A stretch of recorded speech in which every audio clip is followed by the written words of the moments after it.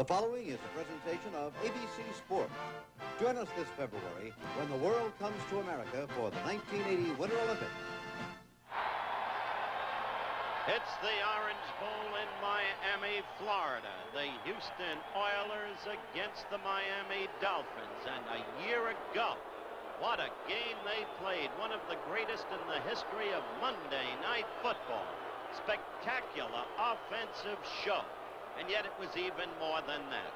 It was a very special night for everybody in Houston and for many in the state of Texas. It was a happening. Let's look back.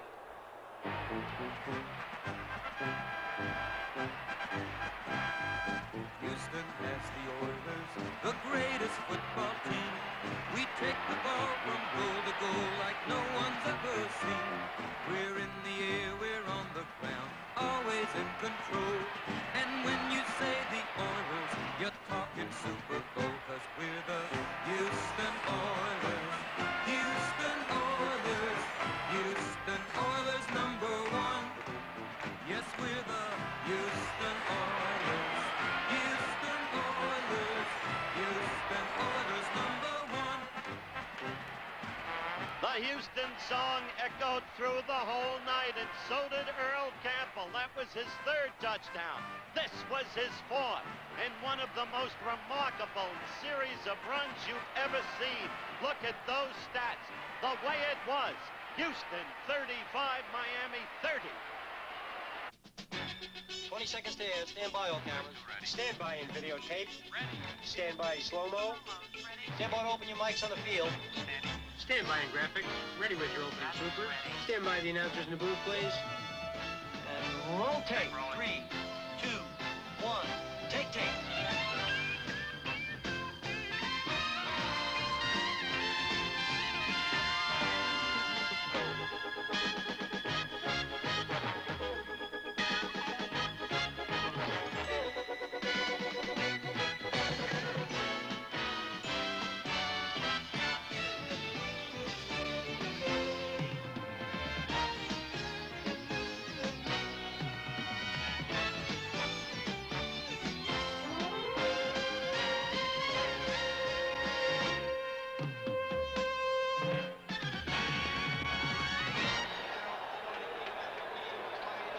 We are live from the Orange Bowl in Miami, Florida. ABC's NFL Monday Night Football. The Houston Oilers against the Miami Dolphins. This ABC Sports exclusive is brought to you by Buick, where you'll find very fine cars and very good thinking, and everything from Riviera and the mid-size Century and Regal to the amazing front-wheel drive Skylark.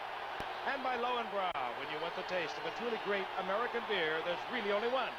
Tonight, let it be Lowenbrow. And as it was, November 20th, 1978, the Houston Oilers and the Miami Dolphins go at it once again. You're looking at the standings in the AFC Central Division. The Pittsburgh Steelers on top with an 8-2 mark. A victory yesterday over Washington. Cleveland in second place. But Houston can draw into a tie with Cleveland to remain a game behind Pittsburgh in the Central Division with a win tonight. And let's take a look at the AFC East. New England Patriots on top, 7-3. They beat Buffalo yesterday. Miami is 6-3. They need a win tonight, and they will be abreast of the New England Patriots, heading for a November 29th showdown you'll see on a special telecast here on ABC on Thursday night. We're almost ready for the kickoff, and it is a beautiful night for football in Miami. It's been raining the past 2 days. It's cleared up. Temperature 78 degrees. You're looking at a spectacular shot of a full moon that hovers over Miami, and we'll have the kickoff, the Oilers and the Dolphins, in just a moment. What comes out of a loudspeaker is only as impressive as what goes into it. Pioneer's HPM speakers have a unique super tweeter that breathes to produce incredible highs. Its driver delivers remarkably crisp mid-range. Its bass you not only hear, but feel. So instead of sounding great on part of the music, HPM speakers sound great on all of it. Pioneer, we bring it back alive. Planet Earth stretches 25,000 miles at its midsection. Giant oceans separate vast land masses. Rugged mountain barriers reach beyond the clouds. Yet here is a world of 4 billion people who move from city to city faster than the wind. Boeing is pleased to play a role in making this world just a little smaller.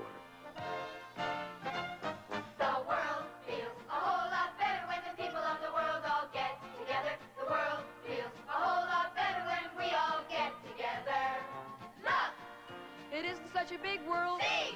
All the places and the faces. Feel!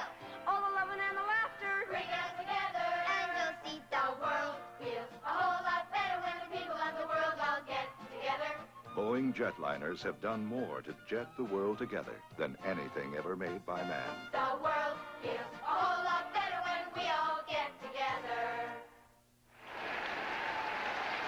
Live from the Orange Bowl, Frank Gifford along with Howard Cosell and Don Meredith. We quite frankly are not expecting the game we saw last year. If we get it, it will be one thrilling football game. Bob Greasy, who, well, they say he rediscovered himself last week against Green Bay. He had a marvelous day against the Packers. Actually, he was playing hurt in the previous few weeks, and a lot of folks were writing him off. He is not to be written off. Dan Pastorini, suffering with a sore arm through all of the preseason, and really is still bothered by a sore right arm. Occasionally he can be brilliant, he can be average on a given day. And the Houston Oilers have won the toss. Deep is number 85, Richard Ellender, a rookie out of McNeese State. He's back there with another rookie from University of Southern California. That's Carter Hartwig, number 36, and setting the ball to kick off, Uwe von Schamann. Uwe von Schamann, who replaced Garo Yepremian, a great name as the Miami Dolphins passed. A very talented rookie out of the University of Oklahoma. We're underway. It's a high kick. And it's taken on the left side by Carter Hartwig. And Hartwig finds his running room out over the 25 to the 27-yard line. Will meet the offense. Dan Pastorini at quarterback, number 7. He's in there with Earl Campbell, who has been troubled with a deep thigh bruise. We'll talk more about that. The wide receivers, one of the great ones out on the left side. He wears double O. He's dangerous from anywhere on the field. Rich Castor coming out of an injury situation. He, too, is capable and ready to go tonight. The offensive line, as the Houston Oilers have their first offensive set from their own 27-yard line. Tim Wilson, number 45, there with Earl Campbell. He's the big blocking back for Campbell, and Campbell is met as he moves over the 30-yard line for a gain of about 3. It'll be 2nd down and 7 as we look at the number 1 defensive unit in the entire NFL against a rush. Vern Den Herter, Bob Baumauer in the middle, Doug Betters, who quite frankly has beaten out A.J. Dewey on the right side. Those are your linebackers. They're superb linebackers if you've been watching. And there is your secondary. While the game is being held up, it is the tight end Mike Barber, number 86, who is down on the field. He's had a knee problem in his career, a spectacular young career. And we'll be back with more information in a moment. Buick proudly announces some very fine cars and some very good thinking. This is the 1980 Century Limited sedan. My sister thinks it's very sophisticated. My dad thinks it's economical. My mother thinks it's roomy.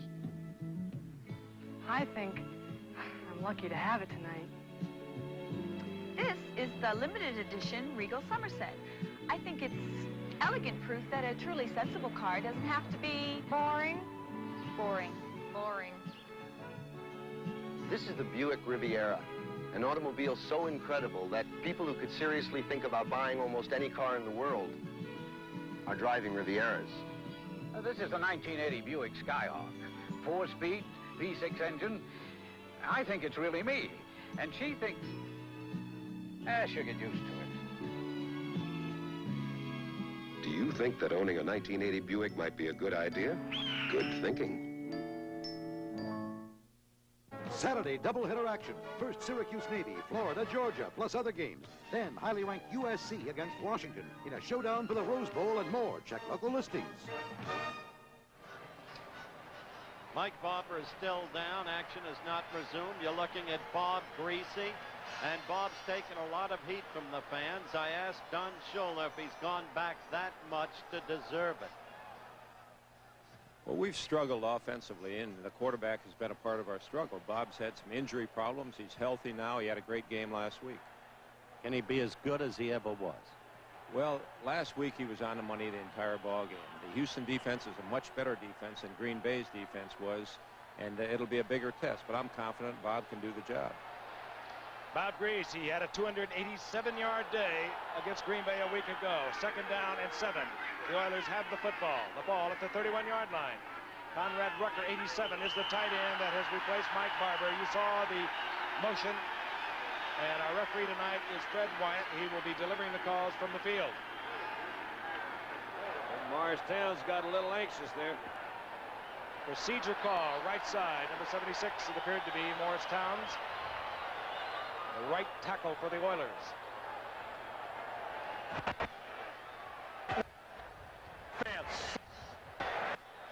We have a breakup.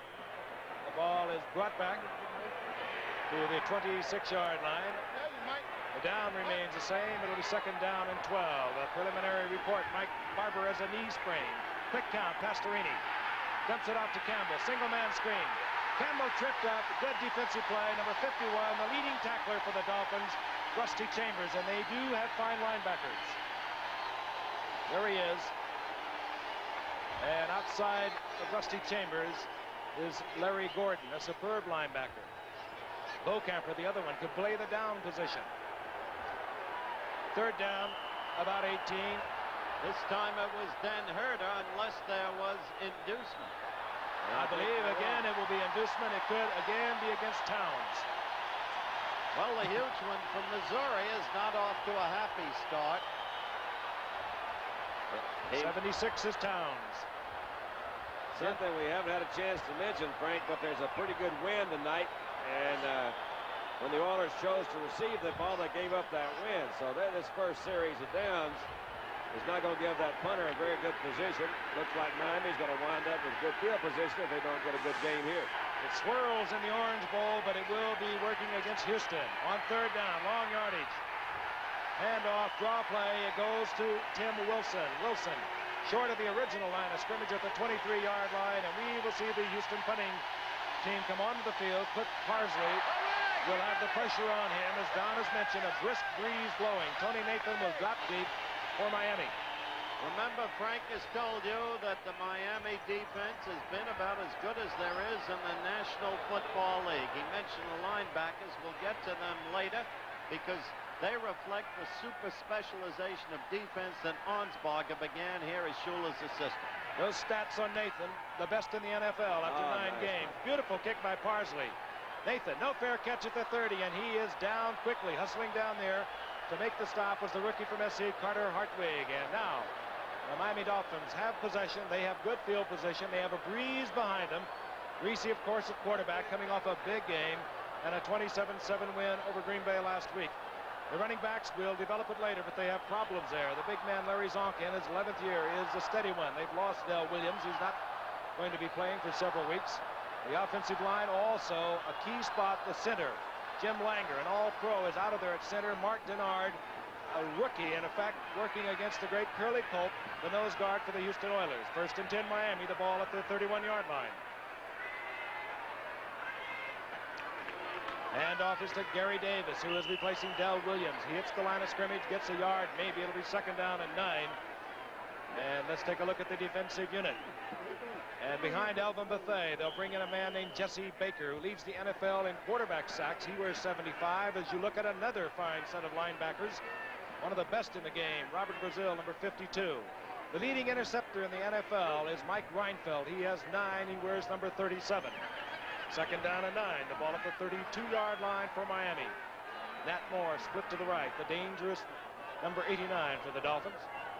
Duriel Harris off a big 10-reception day of Green Bay, split to the left.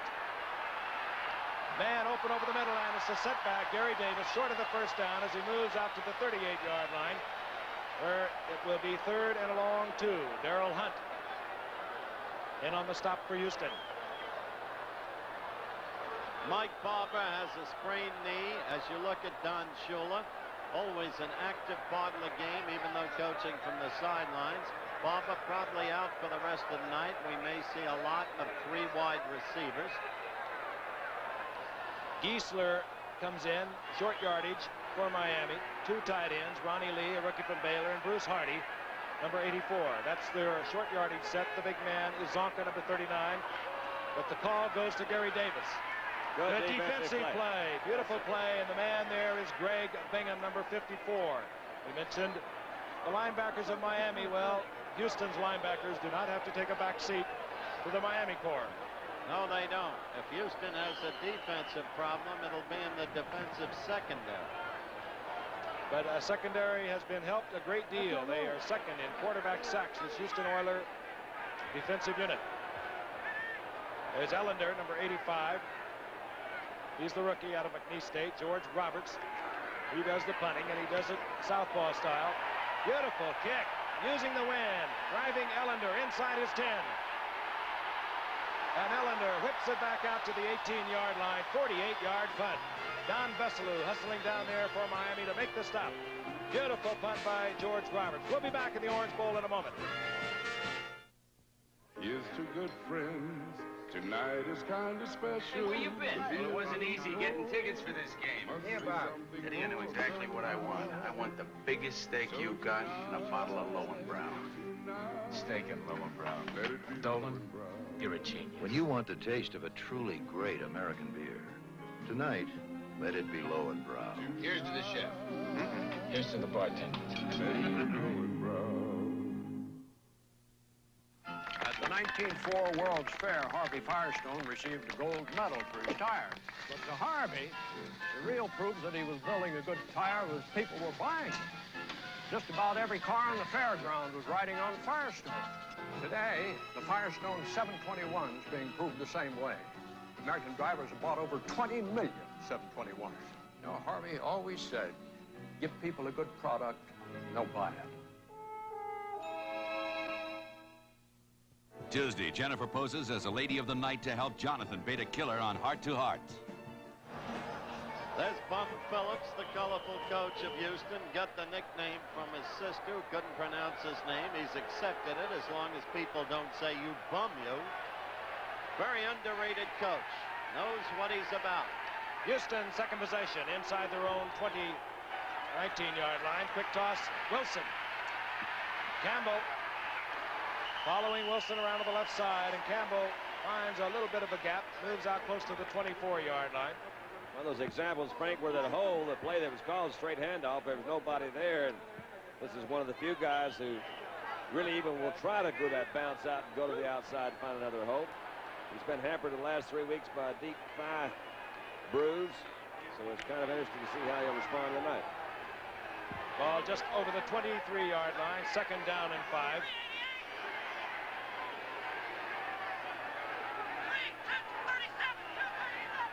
Pastorini changing it off at the line of scrimmage. Wilson, and Wilson moves over the 25 to the 26. Piled up there defensively by the right side of the Dolphins line. Baumauer was there, Rusty Chambers. Jeff's my brother, huh? Third down, less than 3. The ball at the 26-yard line. It's my father. That's right. Ernest Groan comes in defensively for Miami, number 55 in their short yardage set. Castor is flipped to the right, Ken Burrow to the left. Wilson gets the call, moves to the outside, right it off to Rusty Chambers again. And we still are waiting for the first down. And keep in mind what an offensive explosion we had a year ago when these two teams met. Greasy was 23 of 33 in that game, 350 yards. Campbell rushed for 199 yards. And we are waiting for our first down. But you can see these two teams are up. The crowd has them excited, especially the Dolphins. And so there's an active pace to the game. Nathan, a rookie out of Alabama, great all-around athlete. He leads the league with those stats. Had an 86-yard touchdown against Buffalo earlier in the year. Cliff Parsley, who was able to riffle a good punt on his first attempt against this win, has it go off the side of his foot. It's a Cephalo, and the Cephalo takes a chance in midfield and gets the Dolphin in good field position at the 41-yard line. 24-yard punt and heads-up play by Jimmy Cephalo. Miami will have good field position. They'll have a breeze behind their backs. We'll return in a moment. Typing will never be the same again. Introducing the new IBM Electronic 75 typewriter. It really works for you. Automatically it underlines and centers. Its memory stores 7,500 characters. Want to change a sentence right in the middle? You type the change. The new IBM Electronic 75 typewriter. And if you make a mistake, this typewriter erases it. What do I get my girl for her birthday to make a big hit on a small budget? A Timex that looks like $1 million but won't cost it. What do you get a wife for your anniversary who loves great music? A Timex Electric, Henny. It keeps the beat without winding. What do I get my husband, the salesman, so he won't oversleep in Kalamazoo? A portable Timex mini alarm. It'll wake him anywhere. Timex has over 200 watches for any occasion. Timex, the up-to-the-minute gift.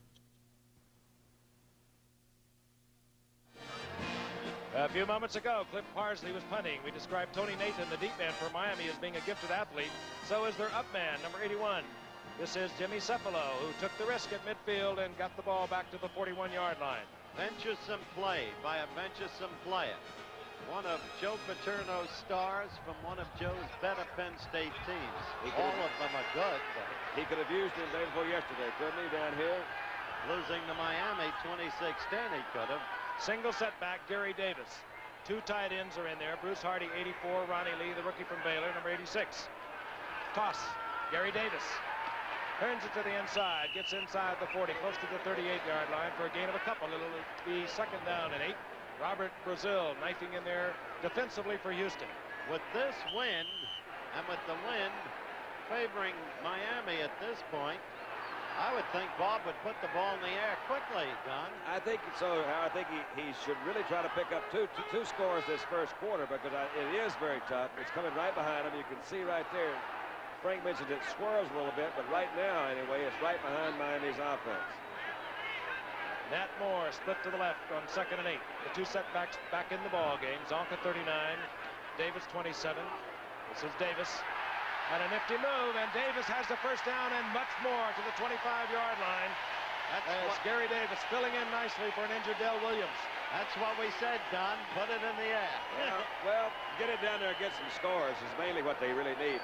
Gary Davis is out of Cal Poly up in San Luis Obispo. We saw him play a couple of years ago. He was drafted by Beathard, I think. Yes, he was. He's a Bobby Beathard product. He's got those kind of moves that quick feet, they call him. Quick feet. Hard to knock him off. First down, Miami. They got him in the 6th round. And they need him tonight desperately. Del Williams will be out for several weeks with cracked ribs. He was their 1,000-yard gainer of a year ago. First and 10 at the 25. Zonk gets it inside, and he runs into Ted Washington. Down he goes. Give him a couple. It'll be second down and 8. Zonk, incredibly, comes into this contest with more than 500 yards gained. His dream to have another 1,000-yard year. It's been an incredible season for him thus far, when so many had considered him washed up, and the Giants made it clear they no longer wanted him. 3,000-yard seasons for the Dolphins for the Zonka in 71, 72, and 73. Second down and 8. Reese. Gary Davis, yes. Beautiful one-handed grab at the 16-yard line. Robert Brazil defending a beautifully thrown ball and a great catch. I think it was more of a great catch than a throw ball, but you got to have all of them. It was a little bit high and outside. Bobby gets it out. You see it float a little bit. It's a little high. That's just a heck of a catch. Man, what a catch. Son. A yard short of a first down. This can make injured backs get well in a hurry. Less than a yard. The ball inside the 16. They must get to the 15. I think Del Williams, though, is kind of in a class by himself. A great player. Yeah. Third and short. A few moments ago, they gave it to Davis. They had to punt. This time they give it to Zonka. He has the first down. Inside the 15. There's the man. You can't say enough about him. He really has done it good. He's got 12 rookies on his club this year, which is a fairly high number for any ball club, but they're trying to make that transition as gracefully as possible. They've got some guys that got some age on them, particularly in offensive line. That's the story. But, you know, Frank and I were talking this afternoon. You got Zonka, who's an 11-year vet, and you got Davis running back as a 4-year vet. Outside of that, the rest of the guys they got tonight are all rookies. That's Tony Nathan, Steve Howell, and Bob Torrey. Somehow, Shula makes it work. Remember a few years back when he had the two young linemen, Baumgartner and Dewey, who now Betters has beaten out, as Frank said. First down for Miami. And Shula somehow holds them together and makes it work. I think a good example of that, Howard, you know, he's got Mark Denard, the center there. Well, Kuchenberg can also play center. They're trying to move it around. They're a little thin in that offensive line. Well, he knows this will be Jim Langer's last year. He's a free agent. He wants to move back to Minnesota, and if he can play any longer, and Langer, one of the great ones of his time, he's going to play in Minnesota. So he's got to get Denard developed. But it is a risk because Denard in the middle of that line, 63, is against Curly Cope, one of the best in the game. On 1st and 10, Greasy back. Fires incomplete, intended for his tight end, Bruce Hardy. I've been trying to watch him, Frank, because Denard actually, I've been watching him on the Cope hasn't really been in on the. Let's see, we got to look at it right now. So Denard snaps that ball, always puts the center in a little bit of disadvantage. That's Curly, number 78. And Denard there in the middle, right there, 63. A little neutralized at the beginning, but look at him keep that good balance. Did a good job, didn't he? Good block that time. Tell you a little bit about him. He came up a year ago as a 10th round draft pick, broke his wrist in training camp, did not play last season. Has not played that much this year, so he is getting quite an initiation. Hullabaloo, connect. Good old Texas Aggie. 2nd and 10. Handoff, Davis, and Davis is met right at the line of scrimmage, and down he goes. I find when I watch these 3-4 defensive sets, because when I played, there were very few of them. It's very fascinating to me because I say, how the heck can they defense against the run?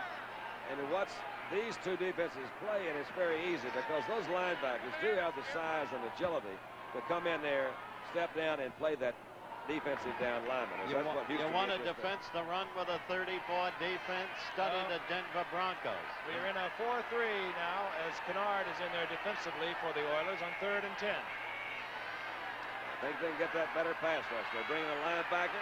Greasy steps into the pocket and fires for Hardy, incomplete.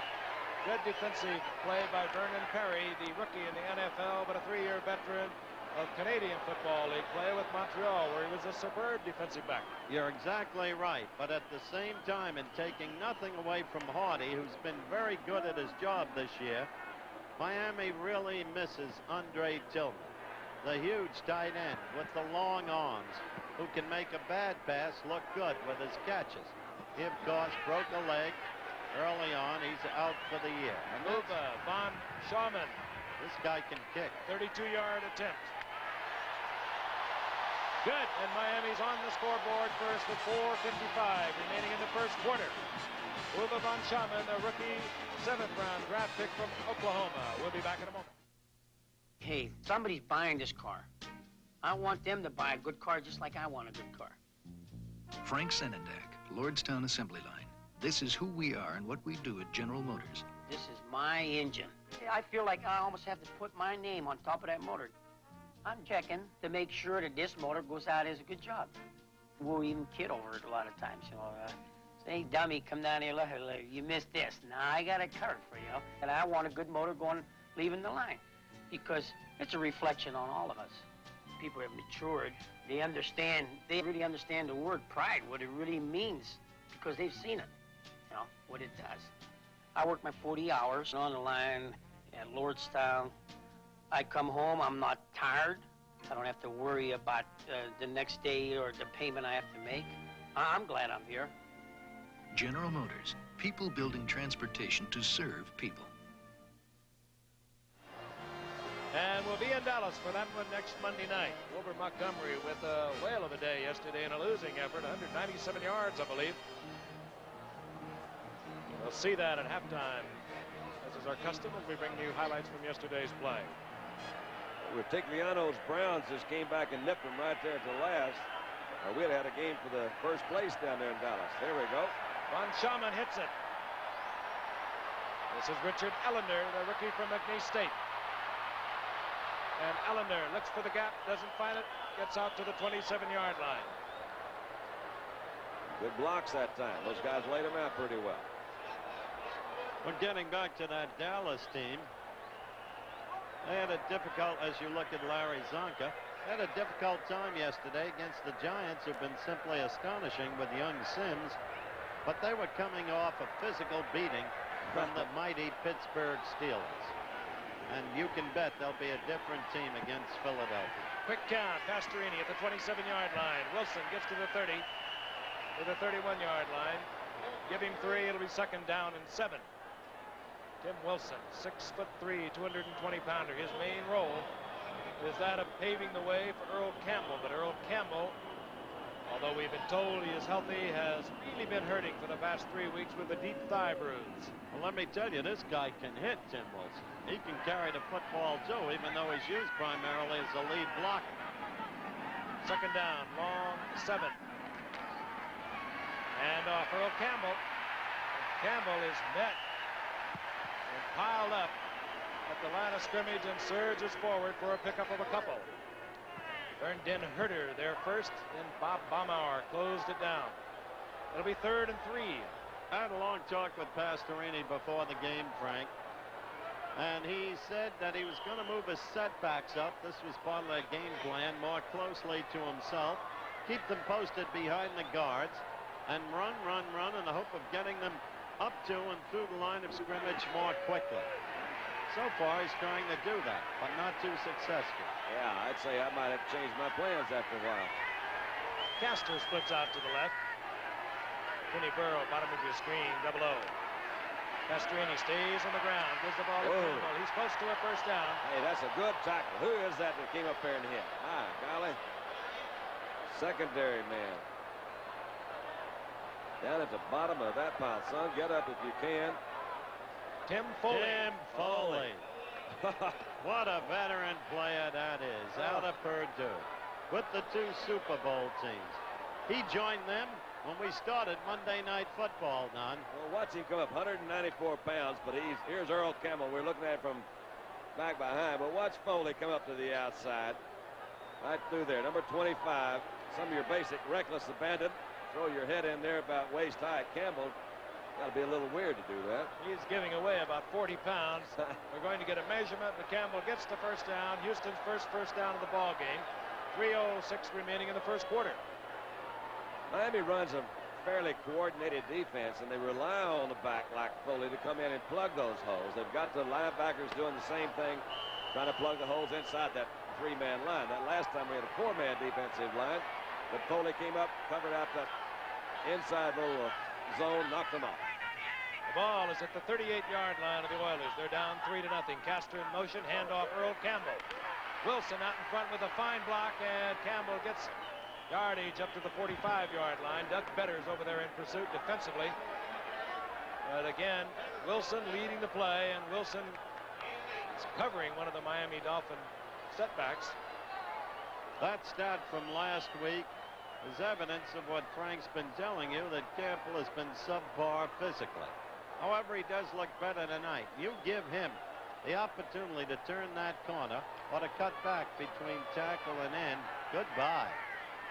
Last year's leading rusher in the NFL picks up 8 yards. It'll be 2nd down and 2. Wilson gets the call. He's close to a first down. It will defend a market. He might be short by a foot. Also a pretty good example of why Doug Betters is playing ahead of A.J. Dewey, because Betters and Baumauer both closed up that middle pretty well that time.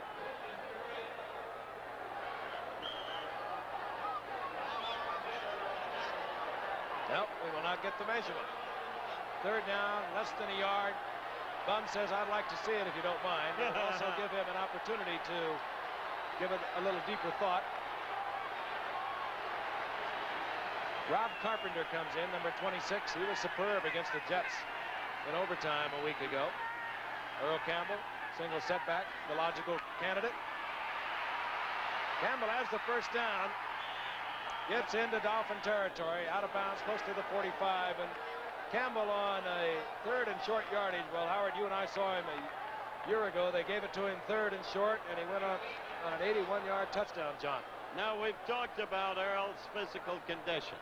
Before the game, I asked him if he was 100% fit.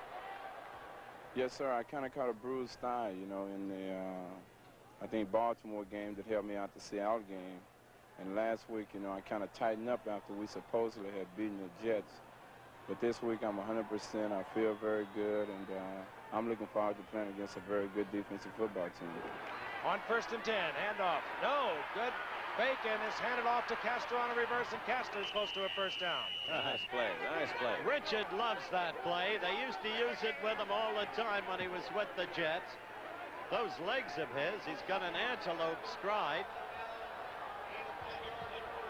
Well, it's a good fake that started. You see, they're going to obviously, I'd key on Campbell. They didn't take it too well, though, as a matter of fact. That's just a good cutback block there on Betters. Rich Castor. And he gets the first down. Boobie Clark comes in for Earl Campbell, acquired from Cincinnati. And Campbell is on the bench. Boobie Clark wears number 42. But Pastorini looks to the air. Goes to Rob Carpenter. Carpenter has the football. Not much doing in the yardage area. Got a little pressure by Camper back there that time, Frank. Pastorini, I think he was set up as almost like a screen pass because it looked to me as deep receivers weren't really running full routes. He was going to go out to the outside anyway. You throw it under that kind of pressure from a guy like Camper, you run the risk of an intercept that can cost a touchdown. It didn't happen there. Camper with that magnificent build, himself a first-round draft choice, cutting the mold of Ted Hendricks. Second down and 8, and I know that Dan Pastorini is thinking in terms of the wind. If he can expire the quarter, there's 1:05 remaining. He'll have the wind at his back and a much better potential for field goal. On second and 8, Carpenter gets the call, gets to the 30-yard line.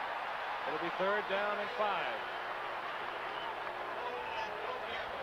Rob Carpenter, who was a key factor in Houston's overtime win against the Jets about a week ago. Why would they hurry it up, Frank, when it's going to be third down and they're not going to be able to kick into the wind? I don't understand this one. I don't understand that myself because they are definitely working against the wind. Third and 5. Quick toss. Ooh, and a smash. But Conrad Rucker holds on. Short of the first down. Foley came up with the football. Yeah, he threw it away in disgust. Well, but I'll tell you, those linebackers Frank mentioned are terrific. Let's look at this again. The prior play, the tackle was made by Ernie Rome.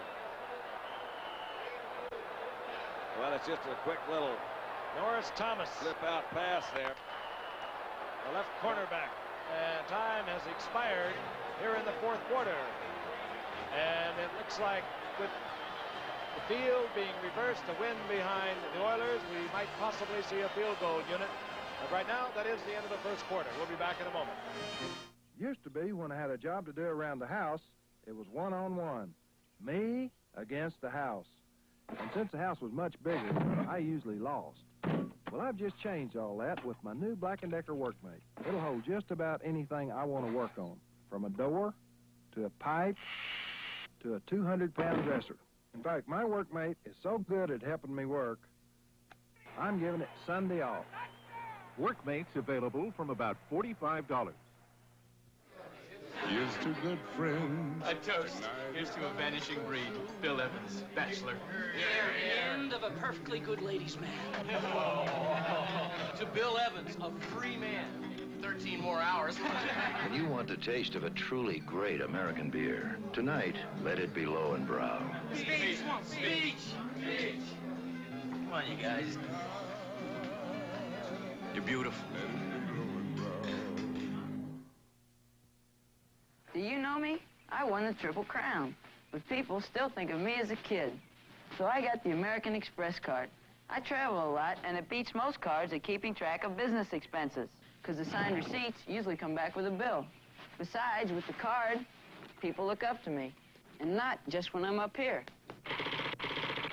To apply for a card, look for this display wherever the card is welcomed. The American Express card. Don't leave home without it. Tony French having a whale of his year. As you can see, he's won 2 games in overtime. He won last week against the Jets. The one he missed was a 31-yarder against the Jets. He is perfect outside the 40-yard line. 6 for 6. The holder is Gifford Nielsen, a quarterback. This will be a 46-yard attempt. A little breeze behind French. A lot of distance. And a lot of accuracy. Oh, boy. 46-yard field goal. Tony Fritz ties it up at 3. Okay, that's it. Tony Fritz, a great place kicker. Frank has mentioned that Pastorini has had his troubles this year. We sought to find out exactly what was wrong before the game. And you missed virtually all of the preseason, tough going in the early going during the regular season. True or not true? Did you have a severe viral infection that was shrouded from the public? Yes, it was, Howard. I had a viral infection of the nerve going to the serratus muscle in my arm, and it allowed very limited throwing in the off-season and a tough go in training camp, and kind of got me off to a slow start this year, but fortunately it's come along very well in the latter part of the going. So that's an interesting revelation, Mr. Gifford. What does that mean? I mean, is that a, I really don't know. What viral infection? That affected the muscle up in the upper arm and into the shoulder. Then he went to a kinesiologist in Atlanta that Fran Tarkenton recommended. Now he's coming back. Frank. Tony Nathan in the end zone. He'll remain there. Touchback. Tony Fritz has tied it up for the Houston Oilers. And now Miami will be working against the wind. There's Tony. Had a few years at Dallas, a year at San Diego, and has been quite a smashing success for the Houston Oilers. Well, at Dallas, quite frankly, Don, you know, they have a kicking scout named Bob Cat. Yep. And he believed in Tony, but a member of the Dallas coaching staff didn't like sidewinders. And yet this guy has turned out to be one of the most consistent men in the business. Well, they had a couple other problems, I think, besides just not liking sidewinders. They've tried a couple since then. But Tony, I think, is happy there in Houston. It all worked out well. And Raphael is, of course, there in Dallas now. Bob Greasy brings the Dolphins up at the 20-yard line. Puts Nat Moore to the left and leaves the football behind. A mad scramble. And I believe a Dolphin covered. That sure is lucky if he did. And he got a... Greasy at the bottom with the football. And Bingham says, I should have had it. First place you're going to look, of course, is that rookie center in there. You can never know if that's really his problem, but I know from a little bit of past experience, you do build up a familiarity with the center, and of course Langer had been here for an awfully long time, and I don't think they've had that much time to work together. Another thing that Mark Denard at center has to do is call that defense for the entire offensive line. He sees it from the middle. Second down, there was a loss of 1.5 yards. Call it 2nd and 12, and this is Gary Davis, right side. Gets a block, and he's upended. He is popped there defensively for the Houston Oilers, and coming up quickly was J.C. Wilson. J.C. Wilson. And playing tough defense tonight, Houston is. Much better than they've played in recent games. See Denard snap the ball, come back, and block Curly Cup. They're trying to hit that little slot right there in the middle. They've got it pretty well cleared out, except for one fellow, number 33, J.C. Wilson, who stood his ground. Not bad defensively either. J.C. Wilson with 5 interceptions. The Oilers have 20 interceptions.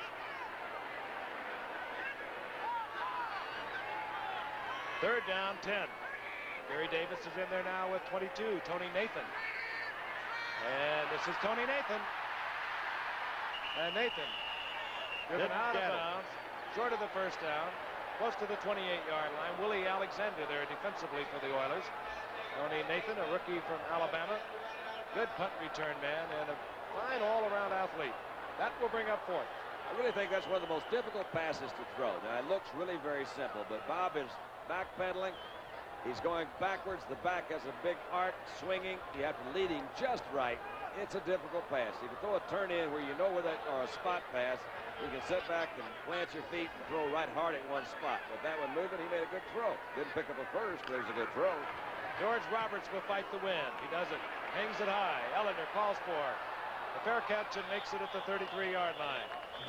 So, Houston will have the football. Good field position. A breeze behind Dan Pastorini's back, and we'll be back in a moment. The last few years, I've bought luxury cars. The boys at the club said, fine car, Fred. The boys at home said, dumb car, Dad. Gas guzzle. My own kids. So, I got Buick's new 4.1-liter Electra. Lots of luxury, even standard air conditioning. A Buick Electra with this big, efficient V6 engine. Boys at the club are still impressed, but now, so are the boys at home. The 4.1 Electra, America's only traditional luxury car powered by a V6 engine. I love football, and I love relaxing. Because for me, relaxing always includes Skoal, the smokeless tobacco. Just a pinch between my cheek and gum gives me great tobacco taste without lighting up. Got the sea, the breeze, got my Skoal, Nothing's gonna make me move. Think I'll play some touch. Let's go, old brother. Try going smokeless. A pinch is all it takes. Saturday doubleheader action. First Syracuse Navy, Florida, Georgia, plus other games. Then highly ranked USC against Washington in a showdown for the Rose Bowl and more. Check local listings. And a look at the other games you will be seeing as part of the regional coverage preceding the doubleheader. Well, I may go to the F&M Lebanon Valley game and join Don for dinner at his place in Pennsylvania Dutch country. Not a bad idea. First and 10, the Oilers. The ball at the 33-yard line. Earl Campbell is the single setback. Handoff to Campbell. Campbell over the 35. Close to the 36 for a gain of 2. Giving 3. It'll be 2nd and 7. Baumauer and Vern Den Herter defensively there for Miami. Those games you saw a moment ago that Howard wants to see with Don, one of them, of course, will be the first part of our doubleheader on Saturday.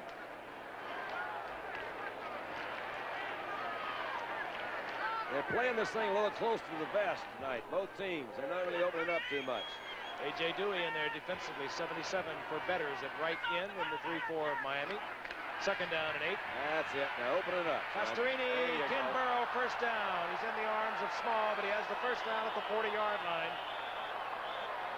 I think you got to do it. And you get that wind behind you, let it go. The perennial leading receiver for the Oilers is Ken Burrow. He's caught his 24th of the season right here. Very good pass pattern. He did a little quick fake to Campbell. Old Kenny says, I'm not going to go down right yet. Not really too much fancy by Ken. He's just hitting the spot in there. They had 4 receivers out. And he hit that middle zone over the middle linebacker, and he found him. Houston has the football inside the 40-yard line of Miami. Earl Campbell looking for a gap. He finds it, lowers his head, accelerates, and he picks up a quick 6 yards. It'll be 2nd down and 4. On that last pass completion, you fans at home saw an interesting matchup. Kenny Burrow against Gerald Small in the manner of Louis Wright against Wes Chandler yesterday. Small, an exceptional cornerback.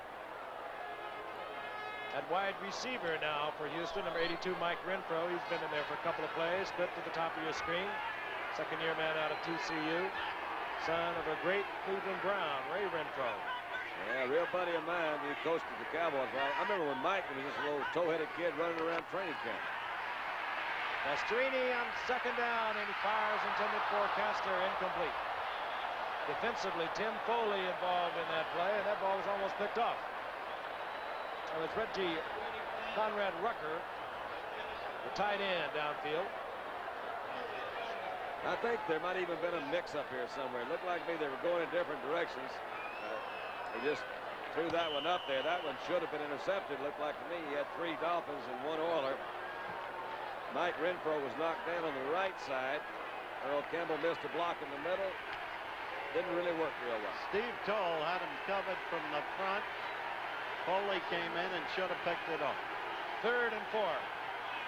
Pastorini, and you saw that. I think he just did that on his own. He's going to be short of the first down. It's going to be 4th and about a yard.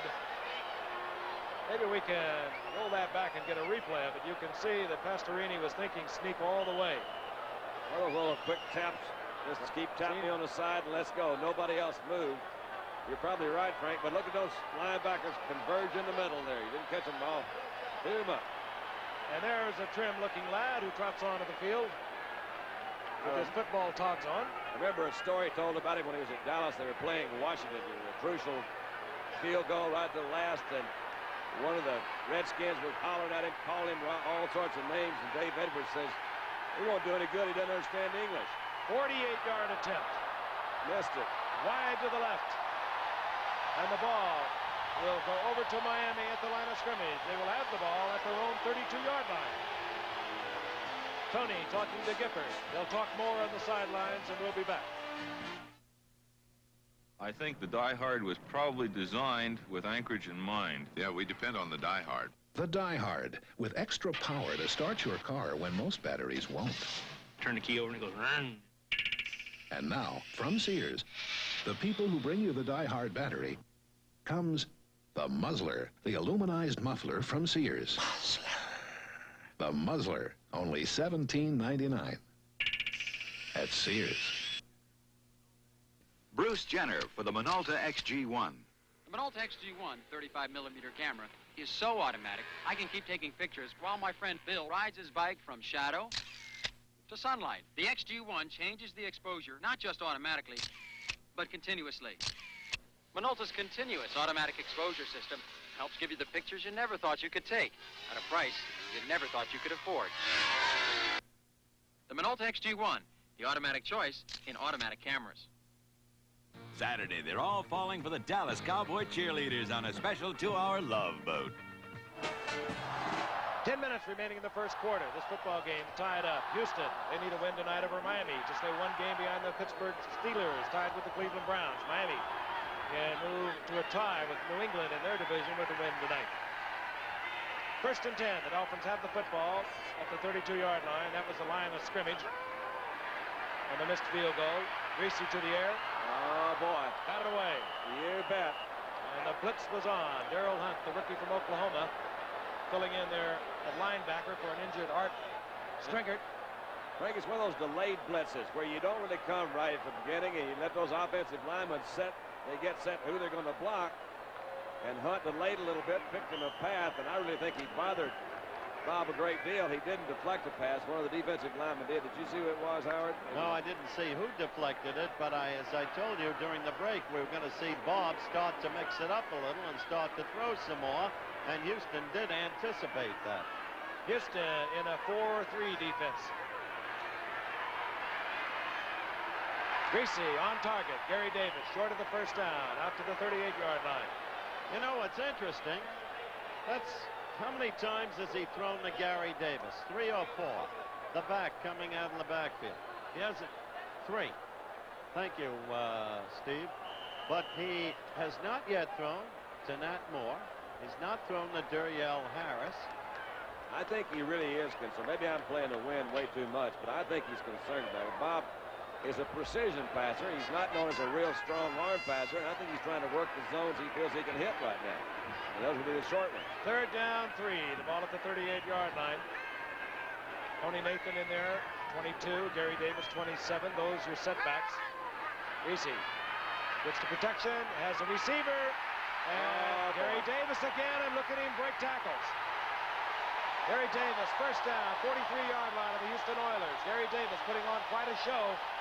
Came in last week when Dell Williams was hurt, said I wasn't really in condition to go all the way, but he looks like he's in top shape tonight. Well, he went back to Davis again. I think you're going to see the rookie Hunt make a mistake. He's trying to come over the top right there with the wrong arm. You go over on the left, you can keep that right one back there.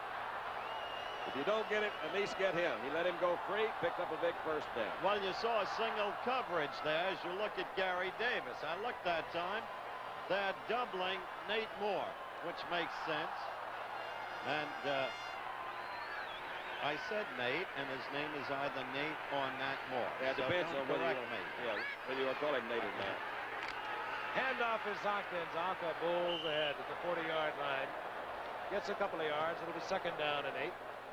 And because they've been doubling Moore in the past, last week they took advantage of Duriel Harris, who had 10 receptions and 180 yards.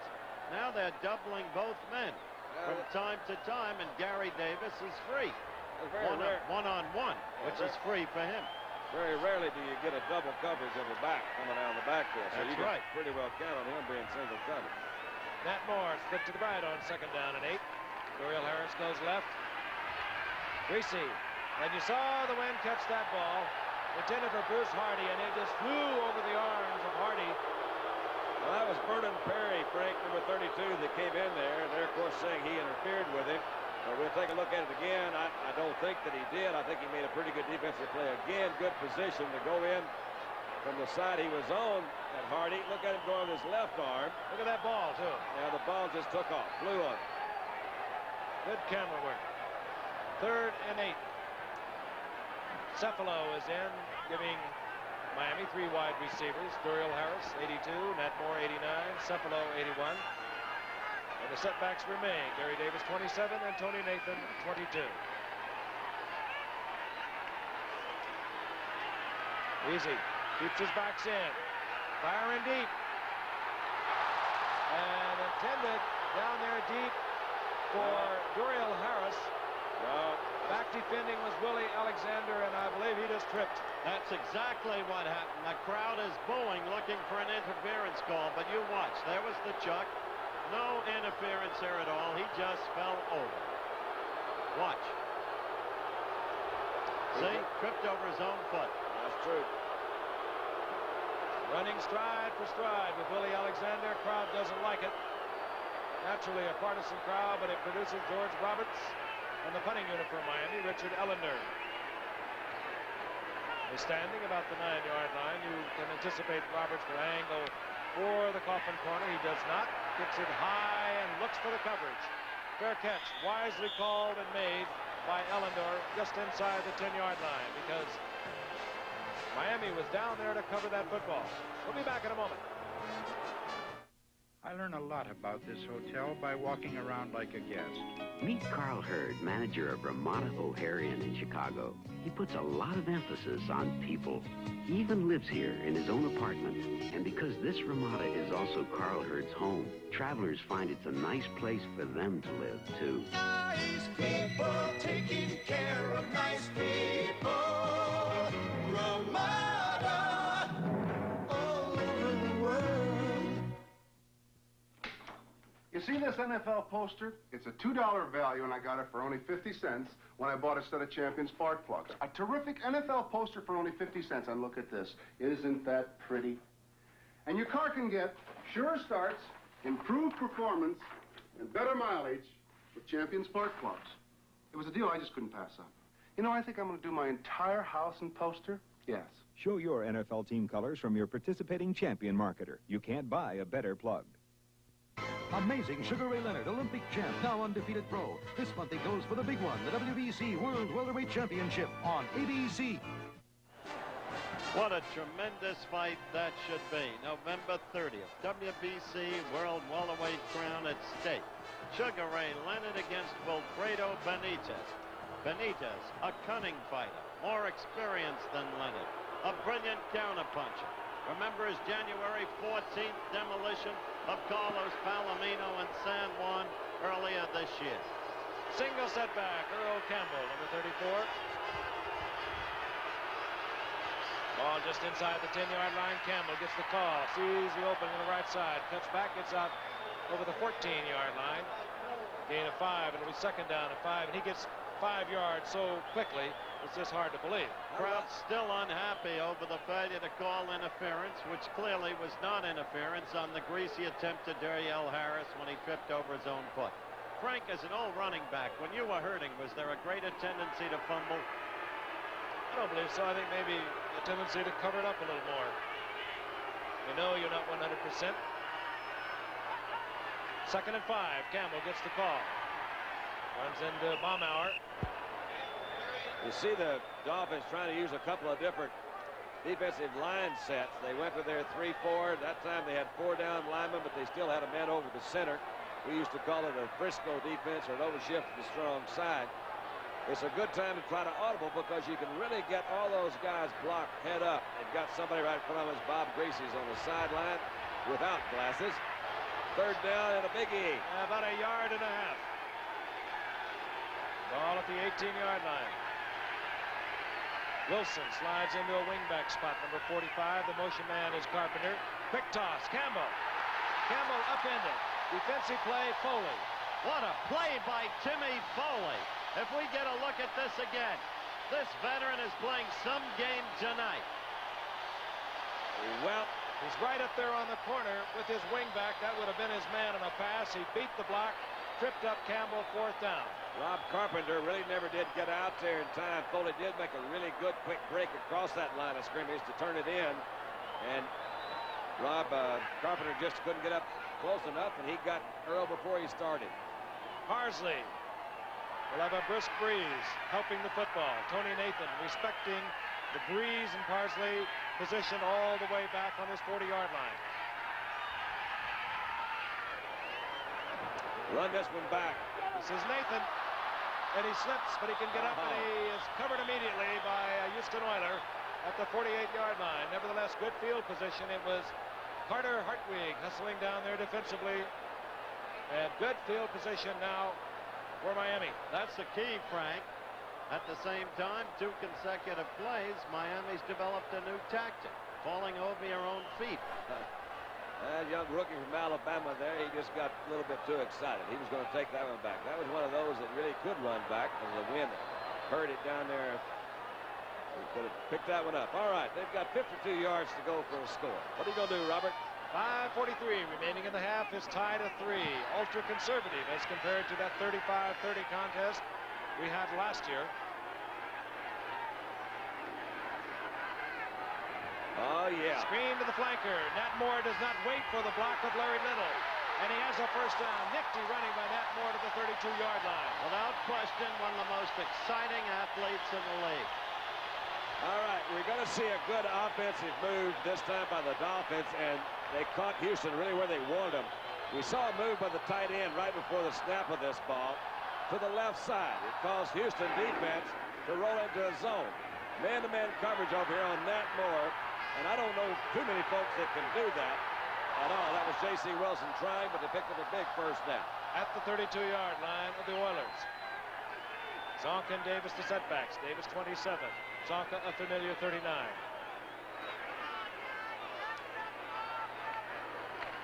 Davis. Down goes Davis. 2 folks watched 39 on that play. He didn't really figure in it that much, but the way he still hits in there as the lead block had done, beautiful to see. Well, I find his whole season this year really very interesting and somewhat befuddling to me, Howard, because he did not have very good years in New York. And you say, well, how can a guy, just because he puts on a different jersey, different uniform, how does it make that much difference? But he has so much confidence in Shula. He's working behind a line that he worked behind before, so I think that had a lot to do with it. He does figure in almost every play. 2nd and 8. 4 down linemen for Houston. Their pass rusher, Jesse Baker's in there. Gary Davis bounces off one tackler, Vernon Perry, and a flag is down. Well, Bob, what do you think? Was your guys holding, or did somebody hit you? He's worrying about holding. Gary Davis is a nice-looking receiver coming out of that backfield, isn't he? He's got some good moves after he catches that ball, too. We saw a one-headed catch earlier. That's another good catch right there. Larry Little complaining to the official, one of the senior citizens of the Miami Dolphins at right guard.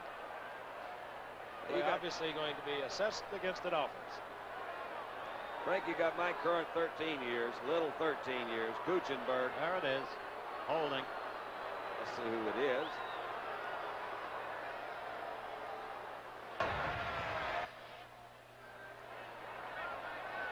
Maybe Little holding Culp. 66. Holding number 66 offense. That's it. All right, we got Curly Culp, the guy we talked about earlier tonight. You see Little come out. That's legal to put that hands there at the beginning. When Culp goes around him, you see that he lost a little bit of that position, reaches over and got him by that shoulder pad and pulled him down. Can't get that hands outside of the plane of your body. 2nd down, 18.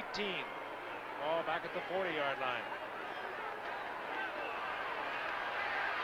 Greasy. There he is. This is Tony Nathan. And the rookie from Alabama is close to a first down. Nifty bit of running. Mike Reinfeld made the stop defensively.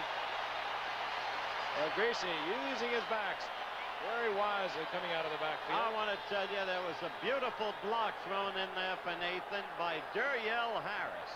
Not noted that much for his blocking, but he's the one who sprung Nathan. Watch this. That's the one that gave Nathan that extra yard. You can tell Duriel's not really into blocking that much, but he did kind of. He did it there. He got over in the air, didn't he? Oh, boy. Nathan's been used as a punt returner by the Dolphins primarily, as we see that he's going to be very close to a first down, about a foot short. But Nathan, as a senior at Alabama, rushed for over 700 yards himself. Seems to me right now that the Oilers are giving them a little bit too much leeway into that middle zone where the linebackers are trying to cover. They're hitting him. Well, Frank mentioned that 20 interceptions this year. I had said earlier and I still believe it, that their secondary is porous. Reinfeldt has 8 intercepts. I really think Stemrick is their best secondary. Look at the points scored against them. Seattle 34, the Jets 24. They've been chewing them up. Sometimes statistics can be deceiving. You saw how much they need for the first down. Third down, less than a yard. Sometimes you can get a huge number of intercepts relatively because they keep throwing in your area. Oftentimes that is the case. Zonka and Davis, the setbacks for Miami in their short yardage offense with the 2 tight ends, Lee and Hardy. Zonka has the first down. They did not see a flag. There was movement on the right side, but it was on the part of Houston. Correct. First down, Zonka moves to the 17.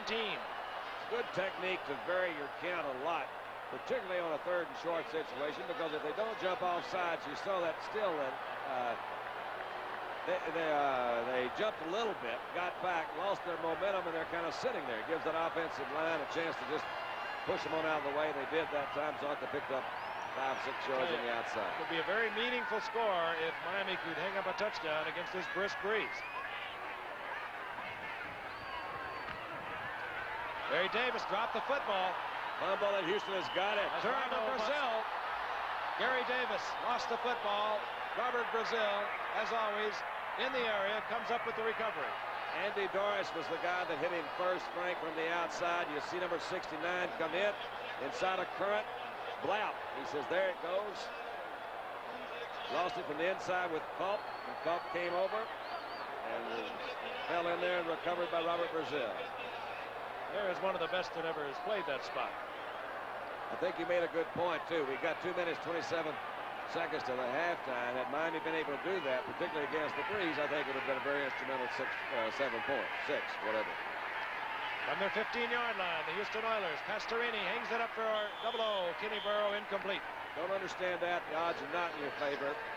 He's just going to raise up, throw. He's the only guy out in the pattern. There's Robert Brazil on the sideline. He says, all right now, guys, come on, get a couple of first downs. Give me a break over here. Second down, 10. Clock stop, 2:21. Still tied at 3. Pair of field goals. Thus far, the scoring tonight. Look on Shula's face after the fumble recovery by Houston, I thought was revealing. He's reached a point of statesmanship where the resignation is there rather than anger. Pastorini looks over the defense. It's the Frisco or the odd man line, if you will. The handoff goes to Earl Campbell, and Campbell hit again by Foley, and I don't care whether Earl says he's healthy or not. He's running very tentatively. It sure looks that way. Loss of a yard. Gerald Small also came up in the 48. He and Foley closed it out pretty well. I think Earl might have been trying to look for that one block where he could make his move. He was very tentative. And there is the 2-minute warning. Tied up at 3. Exciting crowd here in Miami, and we'll be returning to the Orange Bowl in just a moment. At all the important times in your life, count on New York Life for the financial protection you need. When your big day is here, New York Life got a reason to cheer. New York Life, New York Life can show you the way. New York Life protects tomorrow today for all of your life. New York Life. You know, without changing its character as a fine 6-passenger automobile, Buick did some very logical things to its new LeSabre. Compared with last year's, it's not only lighter, but these tires are designed to roll freer. It's more efficient aerodynamically. Under the hood, an economical V6 engine. I really am impressed with the logic, but frankly, I'm nuts about the looks. Buick LeSabre. The more logical we made it, the better looking it got. An interesting football game. Ken Campbell, we don't know. We have seen him up against the #1 rushing defense in the NFL, having a difficult night thus far, and he does not seem like the Earl Campbell, a healthy Earl Campbell that we have seen in this football game. A very meaningful game for Miami. They need a win over the Oilers to stay abreast of the New England Patriots. The Houston Oilers, of course, can stay 1 game behind the Pittsburgh Steelers, tied with Cleveland in their division, the AFC Central. Third down and 11. 2 minutes remaining in the half. Ball at the 14-yard line. Pastorini back and looking. And running. He's got him a first. And looking for a place to fall. He had no reason to until he picked up the first down. Out around the 28-yard line. Quickly, a timeout is called, and Pastorini will move over to the Houston Oilers bench. But the Oilers have a first down. Breathing room for Pastorini. 1:48 remaining in the first half, and we'll be back in just a moment. They're off, and everyone has a chance. It's the Special Olympics, and it's a lot more than a sports event. It's the kind of competition where everyone's a winner. All right. Hi, I'm Bob Kuchenberg of the Miami Dolphins. This is my wife, Marilyn, my sons, Brian and Eric. You know, we all love sports, but this is something very special. The Date Association for Retarded Citizens has nearly 700 children and adults who participate in the Special Olympics each year. It's special to all the volunteers who work so hard to make this day possible. And it's very special to all the participants. Some of them train all year round for this one day. But what they learn goes far beyond sports. They get a feeling of confidence in themselves as human beings. Here, everyone's a winner. Thanks to the United Way, it's working in Dade County.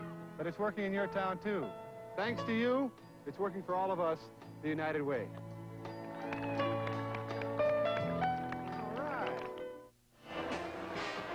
The preceding announcement brought to you as a public service by Bob Kuchenberg of the National Football League. And more the NFL players involved in Special Olympics throughout the country.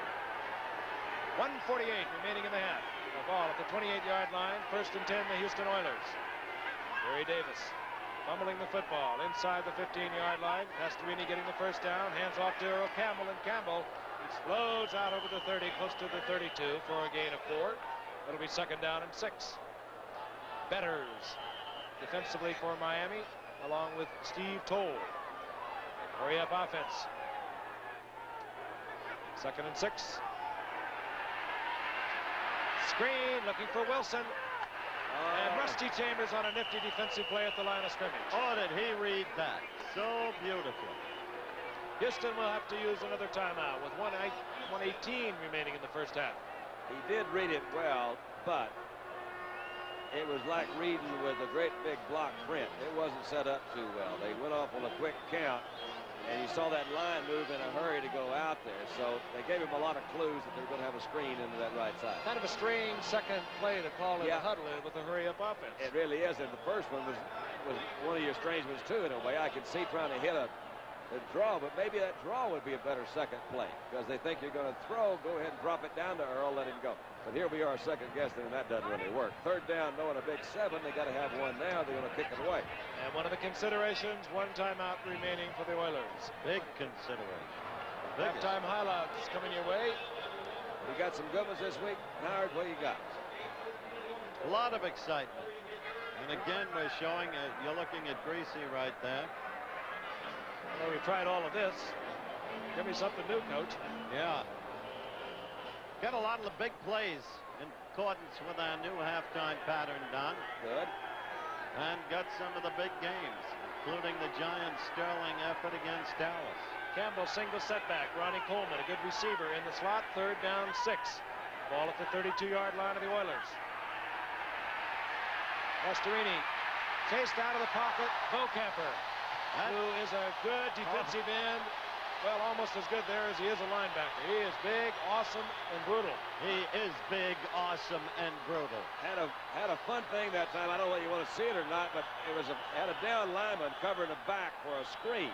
A.J. Dewey came in as that 4th down lineman, and on the snap of the ball, when the back goes out in the flare, he left his defensive end position, went all the way to the other side to cover that screen. Bocamper then came back to the inside. It confused their blocking. I love Bocamper. Miami has called timeout. Don't blame 4th down, Houston. Houston will be kicking with the wind, but Miami feels that they can move. The Dolphins have 2 timeouts. Very active head coach Don Shula. He is. And a remarkable one. He's like Frank Robinson, the Baltimore coach in the dugout, setting the outfielders on every play. He is as active a guy as you'll ever see, Shula. Cliff Parsley has come in. He's the punter, of course. Deep for Miami, drops Tony Nathan. Fine rookie, leading the NFL in punt return average. After 9 games, had an 86-yard touchdown return against Buffalo. Good defensive series by Miami that time. In retrospect, thinking about that, they closed them out pretty well. You know, when Camper out of San Jose State reported into Biscayne College for the first time, where the Miami Dolphins trained, Shula shortly thereafter said, "This is the best athlete that has ever come to me." I mentioned that he's cutting the mold of Ted Hendricks, except that he's even bigger and stronger and just as fast. He looks good tonight. The clock at the scoreboard here at Miami is not official. We've been informed. It shows 1:01 remaining. There is actually 1:12 remaining in the first half. Well, I don't know how that'll affect Dan DeRue's thinking. Well, it'll throw it off by about. Might affect the thinking of Bum Phillips. 11 seconds. Who's running that clock? Parsley will punt for Houston. Tony Nathan at his own 35-yard line for Miami. Oh, Miami trying to block it. Well, Parsley gets it off. Fair catch. Called for and made by Nathan at the 34-yard line. And a flag is down. It's going to be a procedure call, and it's going to work against Houston.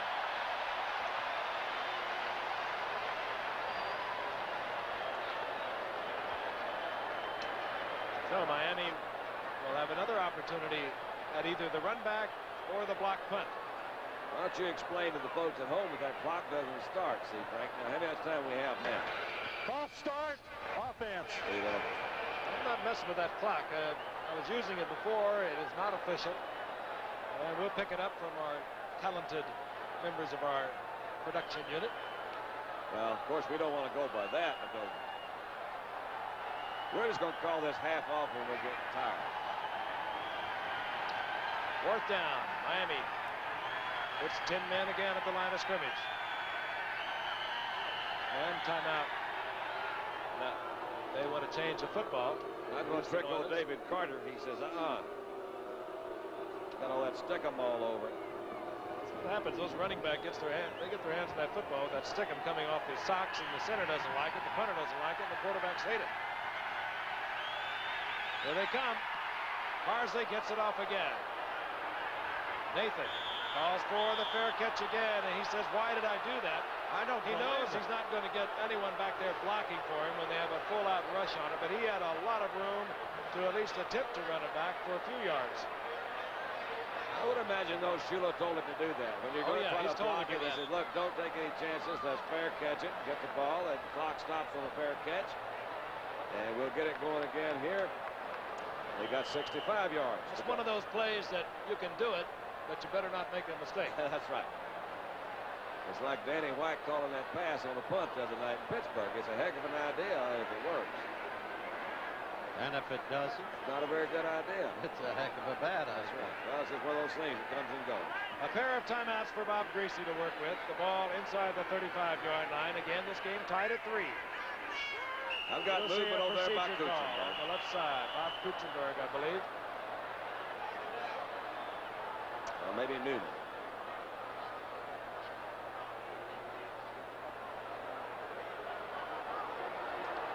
There's the call. Oilers will take it. No concern is yardage, not time. 67, false start, offense. First down. Bob Kuchenberg over the left side.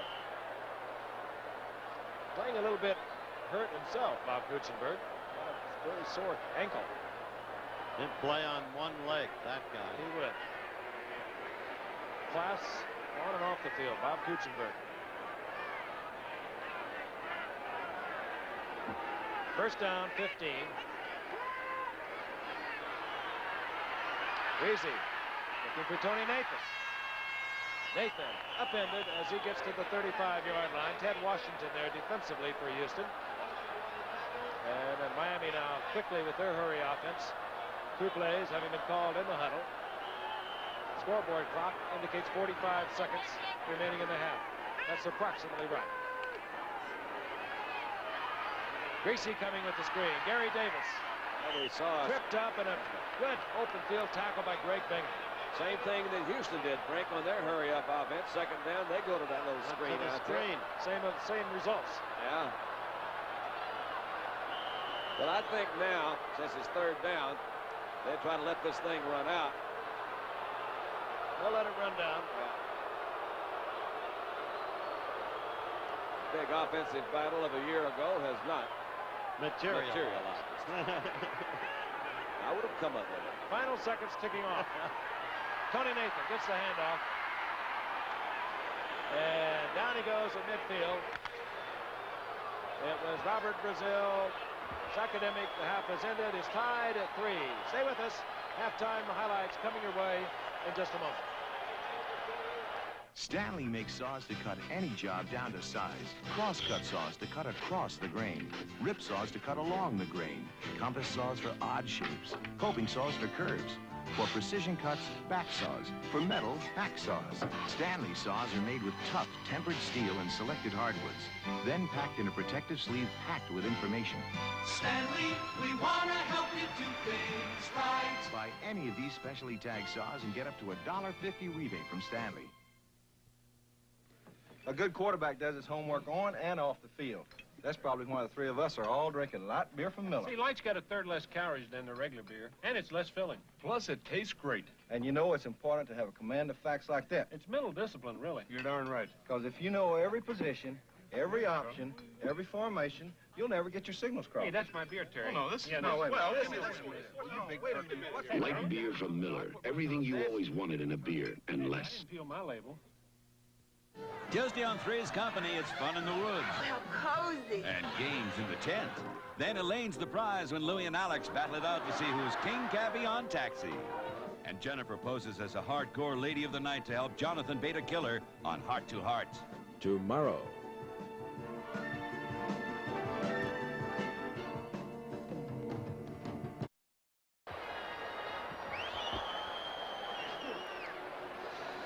The teams are coming back out on the field, as you see, is tied. Well, a year ago, November the 20th, in one of the most exciting games we've ever had on Monday Night Football, it was also tied at halftime. Houston going on to win 35-30. Great performance by Campbell, as it was by Bob Greasy in that game, Howard. Even now, as you look at Bob Greasy, he is still struggling, having not the best time of it in the world tonight, but the key play, of course, was Gary Davis's fumble when Miami was on its way. The fans have been on Greasy. Thus, I asked him before the game about the heat. And has it upset Bob very much? Here's Bob. Well, Howard, first of all, I don't think anybody likes to have criticism pointed at them, but I accept it in the right way. I think fans want us to be successful. The people that follow our team want us to be successful, and we want to. And it's just their way of expressing their displeasure. You know, a lot of the criticism has been founded, and I think some of it hasn't. But I think I can accept it in the way that it was meant to be. And I think if you take it in that vein and you go on from there, I think it can help you. That is a stylish, quality human being, Mr. Gifford. Yeah, but after last week's game, when he had such a superb day against Green Bay, he was 18 of 27, 287 yards. And all the press gathered around, and he looked up, smiled, didn't say anything about it, and said, would somebody call a meeting? Yes, class. I don't think I've ever heard it described that way, and I accept it in the way that it was intended, which that's kind of interesting. Tony Fritsch hits it for Houston. This is Tony Nathan. And Nathan tripped up, sprawls to the 20-yard line. Defensively there, the rookie, Darrell Hunt. Tied up at 3. And the Miami Dolphins have the football at their own 20-yard line. Gary Davis, Larry Zonka remain as setbacks. There is a Houston Oiler down on the field at the moment.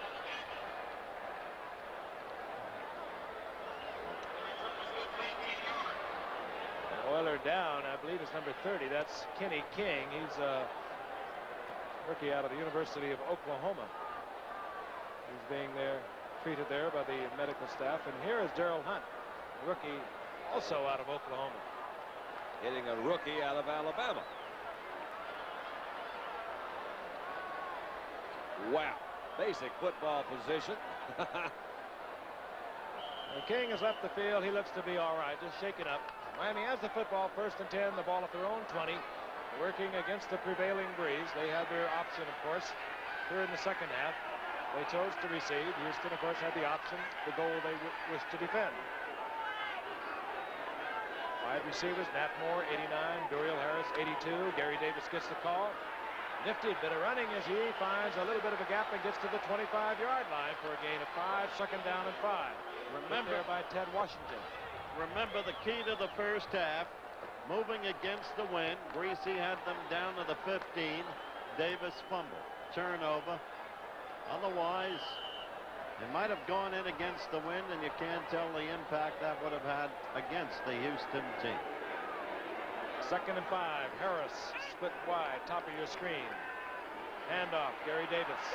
Good blocking. And Davis has the first down, hurdles over the 30-yard line.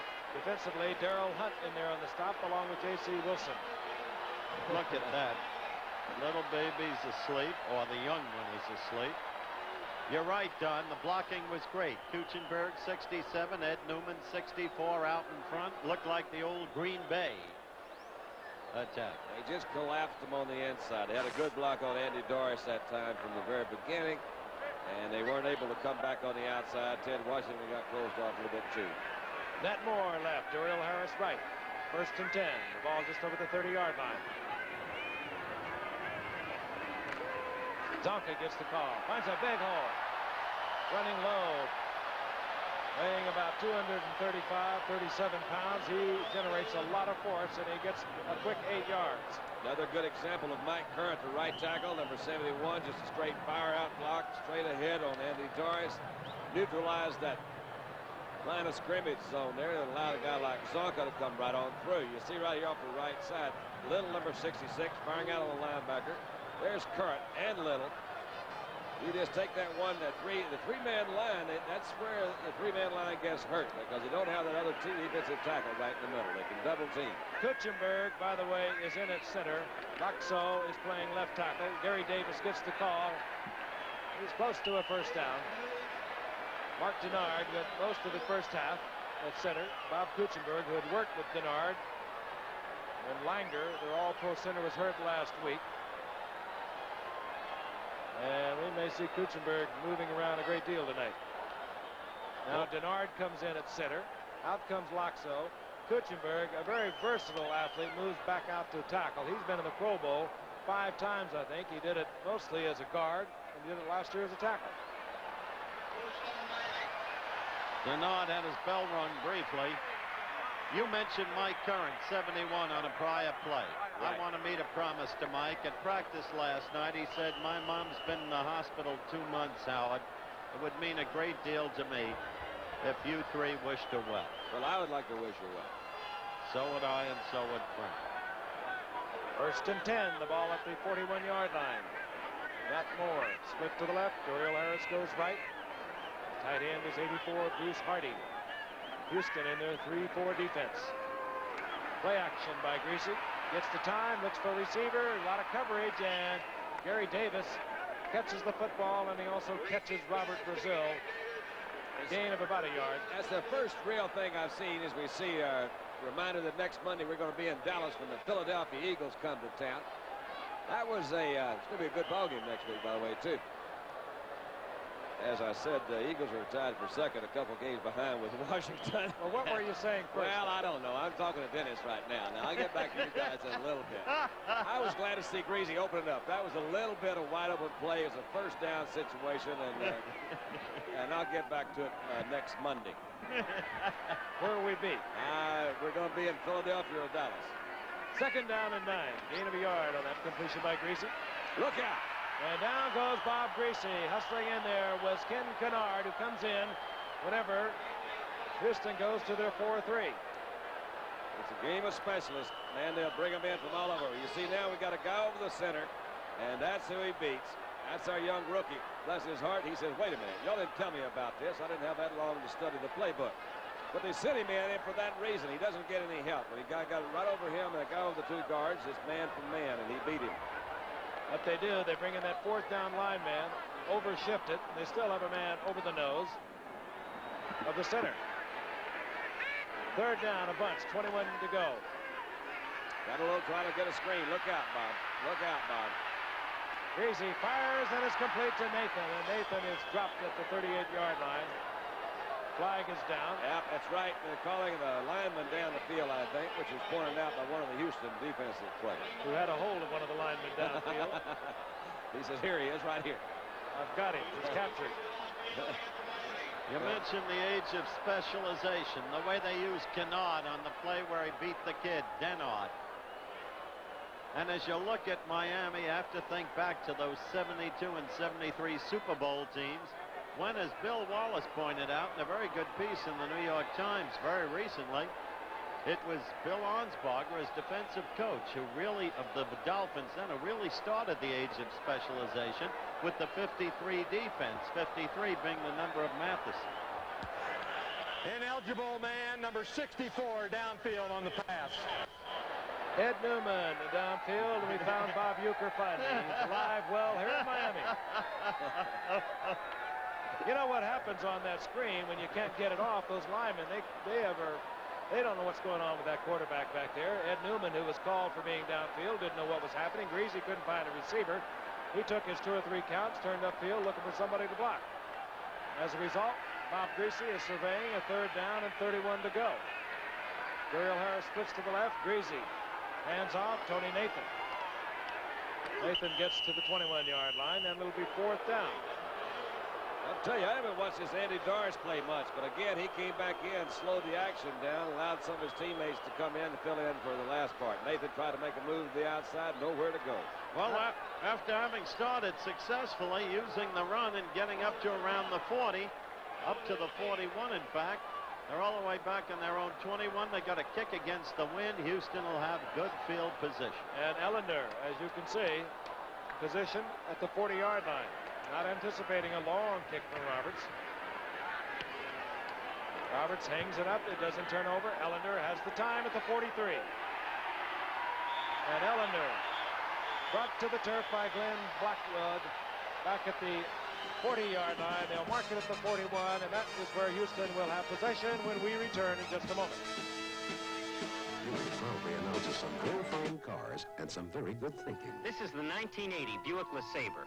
Room for 6 in the economy of a 3.8-liter V6 engine. It's a full-size car. Nobody does it quite like Buick. I guess nobody ever has. This is the 1980 Buick Skyhawk. 4-speed, V6 engine. I think it's really me. And she thinks, she'll get used to it. If you're looking for a diesel in a full-size luxury car, maybe you ought to start at your Buick dealer. There's a 5.7-liter diesel engine available on all the 1980 Electras and the LeSabre wagon. You know, it's a pretty nice way to travel. This is the Buick Skylark. It has a surprising amount of room and comfort and really good economy and front-wheel drive. I think it just might be the perfect car for me. Or you. Do you think that owning a 1980 Buick might be a good idea? Good thinking. This is the breeze we've been talking about throughout the course of the evening. It is gusting somewhere up to 14, 15 miles per hour. And right now it's to the back of the Houston Oilers. 9:48 remaining in the 3rd quarter. We remain tied at 3 apiece. Dan Pastorini, the quarterback. The setbacks are Earl Campbell, 34, Tim Wilson, 45. Campbell gets the call, breaks the tackle. And Earl Campbell at his finest inside Miami territory for a Houston Oiler 1st down at the 48. You're exactly right. Take another look at it, Don. That's Earl Campbell. Well, there's also pretty good blocking. Everybody hit somebody. Earl made a move to spin off and pick up a 1st down. I think this is very critical in the 3rd quarter for Houston to put scores on the board. They've got to go into the 4th quarter, I think, ahead of Miami in order to win. So if they're going to be conservative, throw it out the window, man. You got to get some points in a hurry. 1st down, 48-yard line of Miami. Tim Wilson gets the call. Wilson finds an opening, and Wilson uses his big body to get to the 43-yard line. A gain of 5. It'll be 2nd down and 5. Don, isn't the basic point you just made the fact that Houston has the win? Apart from the Gary Davis fumble, it seems to me the biggest factor in this game has been the win. If you're going against the wind, you've got to play it safe. With the wind, open up. It also seems to me, Howard, that both teams have decided they're playing it close to the vest tonight. Why, I don't know. I'm sure they've got good reasons, but nobody's really opening up. Man hasn't thrown that much, and neither has Bob. Castor and Burroughs are the wide receivers for Houston. They both split to the right. Earl Campbell surges forward, short of the first down, close to the 40-yard line. It'll be third down, about 2.5. There's young Denard. He's getting ice treatment on the back of his neck. He's got an ammonia inhaler, trying to remember for sure that he's in the Orange Bowl. I loved his quote. Says, if you're going to open up at center, might as well open up on national television with Charlie Cook. Of course. He also got a bruised eye earlier. He's got the feel of Too Tall Jones at this moment. Houston with a third down, 2.5 against the NFL's leading defense against the rush. They bring in Rob Carpenter. He's the wingback, top of your screen. They give it to Earl Campbell. Campbell has the first down. He's to the 37-yard line, inside the 37-yard line. May I suggest, Mr. Gifford, that on his last 2 carries, he has not been running tentatively. Not one bit. What is his longest run, Frank? We were talking about this afternoon. Is it 23 yards. 23 yards from the line of scrimmage. Now, that's not an Earl Campbell year to begin with. But that's because of the injury. Well, three games ago he was injured, but up until that time, he had played 7 more. This is or 6 more, whatever. Anyway. Tonight his longest run is 8 yards. He's still leading the league. And Earl Campbell gets the call, gets to the 35-yard line. Give him a yard and a half. It'll be second down along 8. Point you just made is the key point. He's still leading the league. Yeah, he's still leading the league. He's an exceptional athlete. I thought that he handled himself so well as a Heisman winner out of the University of Texas. I was really impressed with the way he handled himself last year in Houston. They called him the Houston Oilers, and first one, there's a lot of pressure on anybody, but I really am pleased with the way he's been able to handle it so far. Second down along 8, the ball at the 35-yard line. Miami threatens the blitz. Handoff, Wilson. Wilson in the arms of Beaucamp. Line of scrimmage, that's it. It'll be third down and 8. You see Beaucamp smother him done? I saw him getting ready to it long time before he called that play, so you just change off, you don't run that play. And a quick no-huddle set by the Houston Oilers. I don't understand that either. Trying to keep Miami from changing into their pass defense. That's what it is. Good thought. Pastorini. Right down the middle, Dan. Pastorini, and there is a battle for the football. If there's dual possession rule, it goes to the offensive receiver. We'll see. Larry Gordon and Tim Wilson. Well, it looked like to me the defensive guy had it, but that rule you mentioned, Frank, may put it the other way, and I think, well, Houston thinks they're going to do that anyway. It was Larry Gordon and Tim Wilson. Pastorini with a very nifty move. Bum says to heck with that. Let's look again. Gordon and Wilson.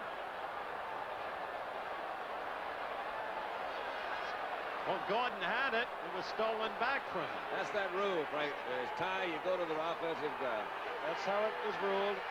48-yard field goal attempt now by Tony Fritsch. He has a prevailing wind at his back. We keep talking about it, but it is an influence in this football game. A lot of distance. He's got it. And a lot of accuracy again. Hey. Tony Fritsch, who hit on a 46-yard field goal, has hit from 48 yards out. And Houston is out in front. Goodyear Tiempo, official tire of the 1980 Winter Olympics, brings you Alice Betters, postal worker, Lake Placid, New York. You know, up here in the Olympic country, we can experience 4 seasons of weather in one day. And that's why I got my Tiempos. It's a tire for all seasons. Tiempo is the rain tire, snow tire, sun tire. One tire that does it all. I got back and forth in Lake Placid's worst weather. Get Goodyear Tiempo, the all-season radial, and eliminate winter tire changeover. I'd like to talk to you about the Sony Betamax and an incredible feature called Beta Scan. I'm Tom Williams Sr., and if you know tennis, you know my son. Here's a cassette of his last championship match. Beta Scan lets me go fast forward and reverse, so I can skip the boring stuff like this long rally and stop when I come to the real exciting parts, like Tom Jr. here dashing onto the court to pick up the ball. Isn't Betamax terrific? It lets you see what you've been missing and miss what you don't want to see. It's from Sony, the one and only. Sunday, Is 100 okay? They call it escort service, but it's really love for rent. You used to hold the football, Don. Let's take another look at that 48-yard field goal. All right, the snap's a little bit high on the right side. Not a place to do it. You see that old Gifford Nielsen moves it around. Now watch this for the reaction. He says, now I missed one earlier, but here's what I want to tell you folks here in Miami. It is good, and I am wonderful. I am wonderful. Yes, yes. He's speaking no English. He's got sign language. That'll make Mr. Cap of Dallas happy. Why not? Birch to kick off. The Oilers out in front, 6-3. Tony Nathan is deep. Good kickoff, too. And he'll run it out. Nathan upended. His gamble cost him 3 yards. The touchback, of course, went into the 20, but Booby Clark down there on the special teams defensively for Houston. Booby Clark out of Cincinnati came down there. They thought he was going to be, he's actually out of third team backup for him, but he does a lot of special team work. This is a critical series for Miami. They want to get out of trouble. They want to wind up with decent field position for the fourth quarter start so that they'll have the wind behind them. That's They don't want to screw up either. They don't want to make any turnovers right here. That's exactly so. Zonka and Davis the setbacks. Greasy to the air. Greasy sacked inside the 15-yard line. Ted Washington on the blitz. And Elvin Bethea was also there. Washington 59, Bethea 65, and they're going to mark it at the 8-yard line. Deep trouble. I don't think... I would have kept it on the ground. Against the wind, you got to be conservative, Don. They didn't do it. They lost a lot of yardage with their first possession, but they also ate up almost a little over 5 minutes that first time they had the ball. So now on the ground. Yeah. Greasy now. 2 sacks, a loss of 20 yards. Gary Davis. And down goes Davis. Elvin Bethea, number 65, a 12-year man out of North Carolina A&T, who still has a lot of football playing left. There he is. Elvin. Elvin, you are too much. He gets relief now from Jesse Baker, a rookie out of Jacksonville State, on the passing situation. He comes in now, but they will move to the sidelines. Excuse me. So immediately, Miami's going to be in deep trouble. Unless a miracle can pull them out of it now, Houston will have superb field position. 3rd down, 18.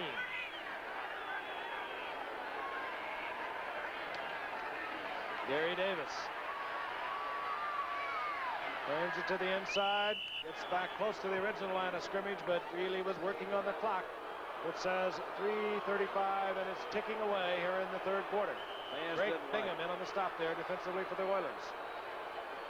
All right, 3 points is not going to be enough for Houston to get in this 3rd quarter to win the ball game. They've got to get at least, I think they got to have a touchdown here. I think Miami in the 4th quarter will turn back around and put some points on the board. I agree with you. Richard Ellender, and he's at his own 45-yard line as Roberts sets the punt for Miami. Roberts off the side of his foot. And it takes a bit of a Miami bounce and goes out of bounds, but Houston will have the football at their own 47-yard line. 3:02 remaining in the 3rd quarter. Houston on top by 3. There's a notion afoot that the boxier your car is, the more sense it makes. Now, it seems like Buick and a whole lot of Regal owners disagree. Instead of making the Regal look like a European jogging shoe, they made it crisp and clean. Instead of making it austere, they made it luxurious. And instead of underpowering it, they give it an efficient V6 engine. Buick Regal. Proof that intelligence doesn't always come in a box. Regal, when a car looks this good, it's nice to know it is this good. You don't move mountains, you go through them. And all it takes to carve a tunnel out of a mile of hard rock is steel and sweat and dynamite. Now comes Miller time. Time to head for the best tasting beer you can find. Miller High Life. If you've got the time, we've got the beer. Miller Beer. Miller Beer. Saturday doubleheader action. First Syracuse Navy, Florida, Georgia, plus other games. Then highly ranked USC against Washington in a showdown for the Rose Bowl and more. Check local listings. These are the other games we'll be covering as the second part of our doubleheader. University of Tennessee at Chattanooga. Joe Morrison. Number 40. Man never fumbled in his life until the title game against the Bears in '63. Oh, you would recall that one. If you're listening, Joe, I'll never forgive you. Houston has the ball. They have the breeze at their back. 1st and 10 at their own 47-yard line. They're up by 3 points, 6-3. Earl Campbell gets to midfield, runs into the Dolphins. Rusty Chambers is there, closing down Doug Betters. Gain of 3. It'll be 2nd down 7. Here's the basic point Dunn was making a moment ago that I agree with.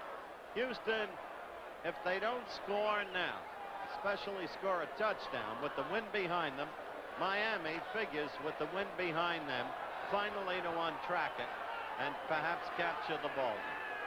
We've laid it on the line, haven't we? Castor and Burrows split to the right. Handoff, big hole. Earl Campbell blows through it. 1st down, close to the 40-yard line. Ooh, can he accelerate? He really can. And that Houston offensive line is beginning to smash Miami's defensive line, that great defense. Do you know how close Dallas came to having Earl Campbell in the backfield with Tony Dorsey? Oh, my goodness, if they had those two together, nobody would ever beat them. Well, there was a big rumor around. Everybody was swapping draft choices and other stuff to get this sort of thing from Tampa Bay, but Houston wound up with it. That would really be tough, wouldn't it? The 1st down is on Miami's 40-yard line. Inside 2 minutes remaining here in the 3rd quarter. Campbell peers out to the left. That's what he does. He has super speed. He's short of the 1st down at the 32-yard line. Tim Foley taking Campbell out of bounds, and he's shaken up. What did he hit over there?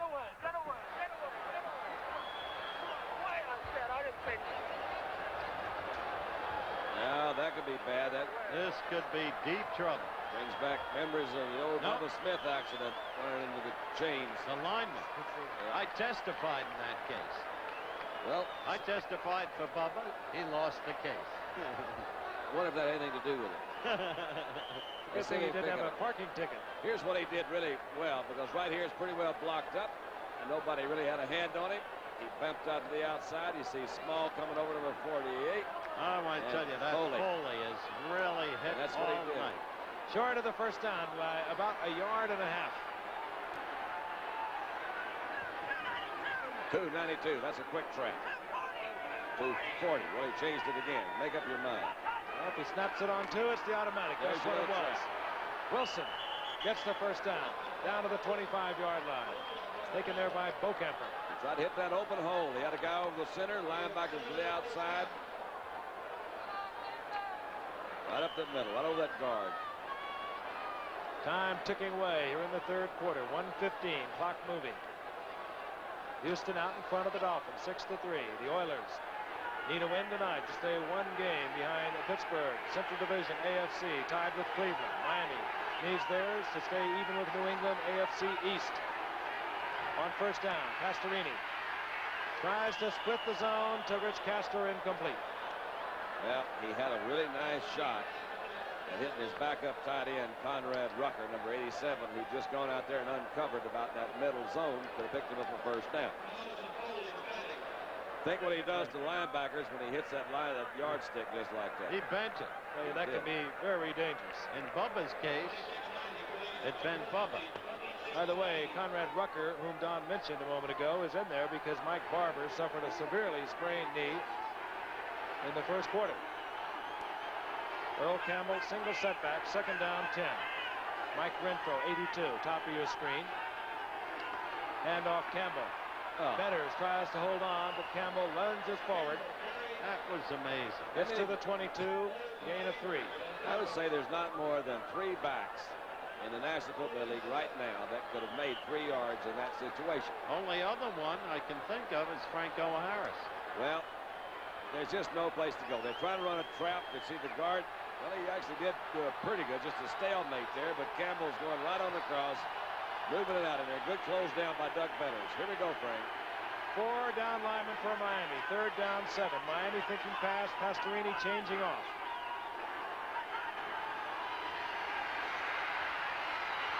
Pastorini, he wanted to go out to Renfro. Renfro was well covered up there. by Norris Thompson. He had to change it off. Incomplete. Fourth down. Well, it's a good thing he threw it out of bounds because Small was over Burrow like a tent and might have picked it off. This way they can get a field goal. I think Frank hit it. He was trying to go outside to Renfro, and that was just really good defensive coverage over there. Norris Thomas came up. They had it. They might have been trying to go to a little zone. We have our showman back on now, Tony Fritz. The impresario, Tony Fritz. 39-yard attempt. He's hit from 48. He's hit from 46. This to make it 9-3. And there it is again. Well, they got the field goal gift, but they needed a touchdown. So the Oilers extend their lead over the Miami Dolphins. 2 seconds remaining in the third quarter. Bum would like to have had more. Can you imagine trying to photograph an Olympic gold medalist like Jean-Claude Killy? It's quite a challenge. Made me really appreciate my Canon AE1. The automatic shutter priority system is a must, especially when your subject's doing 50 miles an hour. Try it, it's fun. What? The AE1 is so simple to use. About all you do is focus and click. The incomparable Canon AE1, so advanced, it's simple. Canon, the official 35mm camera of the Winter Olympics. The problem?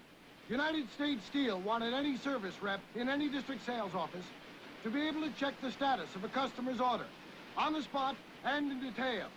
This was a classic communications problem, so they called in the Bell system experts. Their solution, a network of 400 high-speed Bell terminals in 29 locations. This gives service reps instant access to the facts they need. Another case that shows the system is the solution. He's a 5'7", a 195-pound entertainer, and he likes his own act. And it's a good act. He said, nothing to it but to do it. Stop, skate backwards. There's Tony Fritz. He didn't think much of Jim Zorn throwing to Efren Herrera a week ago. He said kickers are meant to kick. Fritz hits it. This will be Tony Nathan at the 3-yard line. And Nathan, who cannot break it tonight, gets out to the 22. And that's the end of the third quarter. We'll watch another exclusive of ABC Sports. Score, Houston 9, Miami 3. We'll return for the fourth quarter in a moment. Tomorrow, Good Morning America continues an important series to all parents. How to talk to your kids about sex. And Friday, Kate Jackson's back, and now she's a real angel who's got to bring some life to Topper. We're going to teach you how to have a plain old good time. It's a good time for everybody. Topper.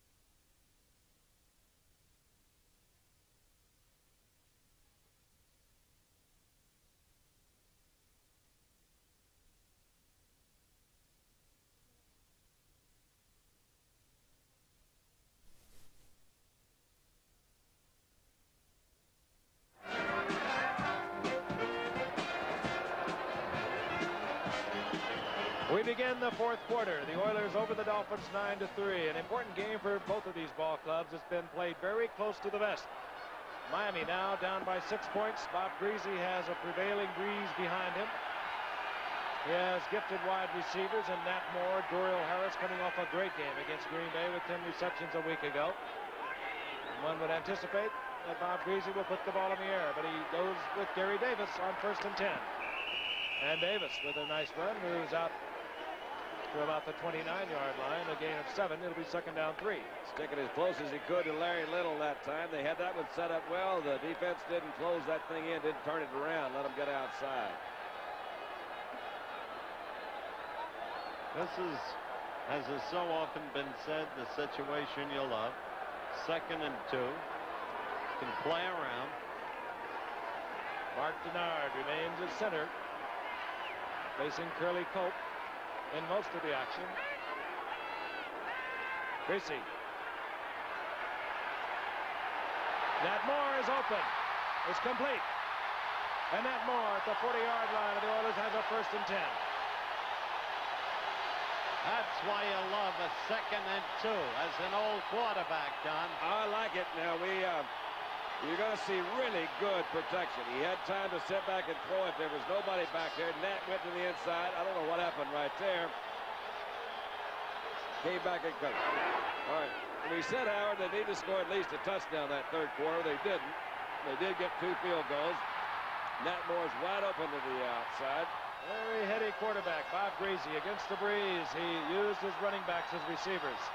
Now he's beginning to, we will anticipate he's going to be able to go to those wide receivers on 1st and 10. Same play as a moment ago on 1st and 10. Gary Davis, less results this time.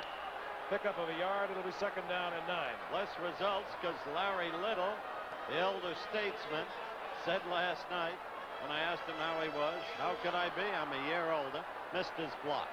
Well, that plus Vernon Perry, who didn't come up the time before, did that time from his safety position to try to give him a little bit of containment and turn it back to the inside. 2nd and 9. The ball at the 39-yard line.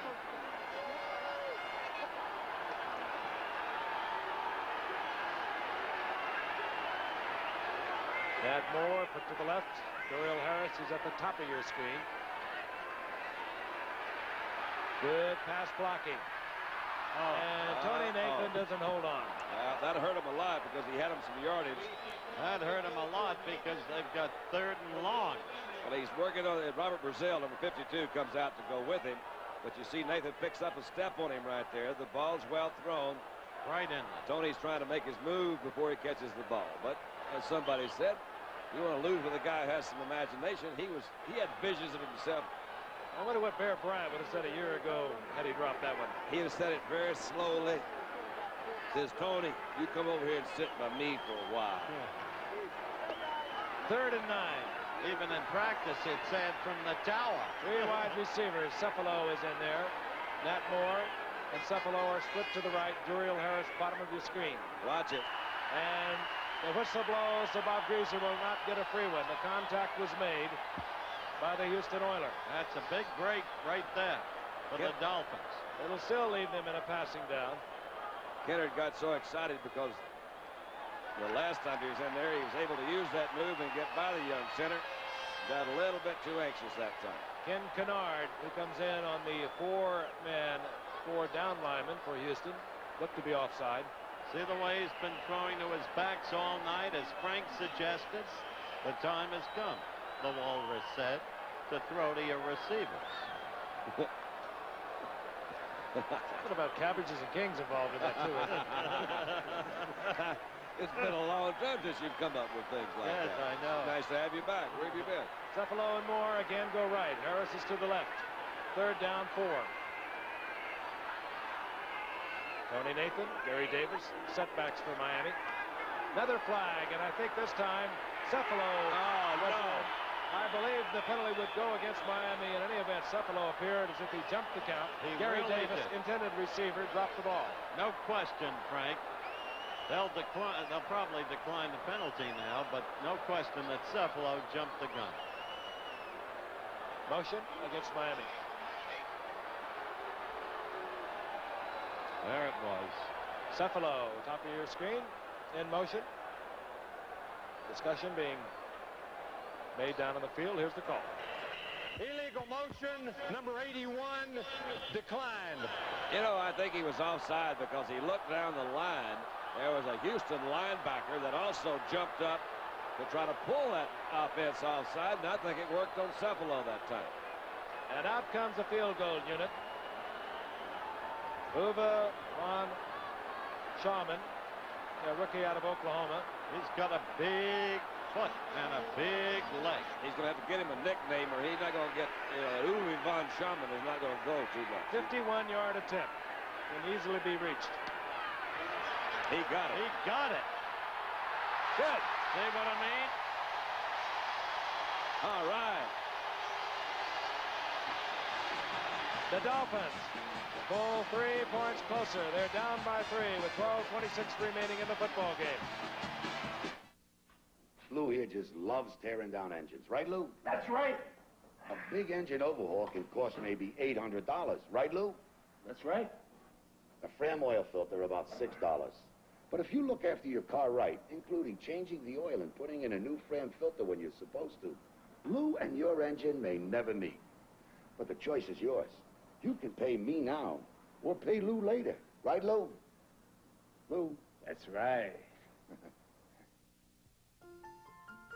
Oh, Grandpa, he's so cute. Yeah, he's more than just a soft, cuddly dog. See, he's got a radio in his tummy. Radio Shack's adorable, petable portables with AM radio inside. 6 different animals, priced $11.95 to $15.95. Choose the raccoon, black poodle, boxer, Pekingese, white terrier, and brown spaniel. I love him. I love you. Gift-priced animal radios, only at Radio Shack. Amazing Sugar Ray Leonard, Olympic champ, now undefeated pro. This month he goes for the big one, the WBC World Welterweight Championship on ABC. Von Schaman from 51 yards out. Don Strock places it down. And the rookie 7th-round draft pick hasn't picked up quite as much showmanship as his counterpart Tony Fritsch, but he likes what he sees. It just took a little longer. Working on it. There you go. Set now to kick off. He's the reason Shula let Yepremian go, even though the fans didn't like it. Richard Ellender is deep. The kick on Schaman through the end zone. Touchback. That's another reason that Don Shula wanted to keep this youngster around. Can kick it long. He will prevent a lot of runbacks. All right, here we go. 80 yards. Into the wind. Miami against the run is what now, Frank? The defense against the tonight, they were 1 in the NFL against rushing. That's what I wanted to hear. And you hear the chant of this partisan crowd, defense, defense. Stadium capacity a little over 75,000. They could be very close to that tonight, although there was not a sellout before tonight's game. 1st and 10, the Oilers. Wilson. And Wilson is pounded there by Vern Den Herder at the line of scrimmage. You don't want to let them get away from you now. You're playing in a visitor's ballpark that can be very vocal. And Pastorini's sitting back there, and he says, I got to pick me up a 1st down. He gives it to Tim Wilson. And assisting Den Herder, my friend, as you look at Bum Phillips, a remarkable inside linebacker named Steve Toll, number 56. 2nd and 10. Pastorini cannot have his signals heard because the crowd is really behind Miami at this point. If I was the middle linebacker for the defense, I would sure be pleased with my position right now. He's run 1 down and he's made a half a yard. Comes out to run 2 and calls timeout because he came here. And he's got the wind in his face. Single setback for Houston. Out comes Wilson. In comes Mike Renfro. 3 wide receivers. Kenny Burrow, 00. 82 is Renfro. 88 is Rich Castor. Campbell, the single setback. Burrow split to the left. I've never seen him stop a crowd yet any other way except going up and running a play. The white handkerchiefs are being waved the way the pom-poms were in Houston a year ago. That was November 20th. This is November 5th. Only 2 weeks difference. And don't ever let anybody get you. The crowd's a part of the game when you've got crowds like this. Well, when you open it up and invite them to be a part of the game, it'll be louder when he comes up this time. Yeah, what do you think they want to do? This is a real shot. Crowd can be on national TV, you know? Listen to that.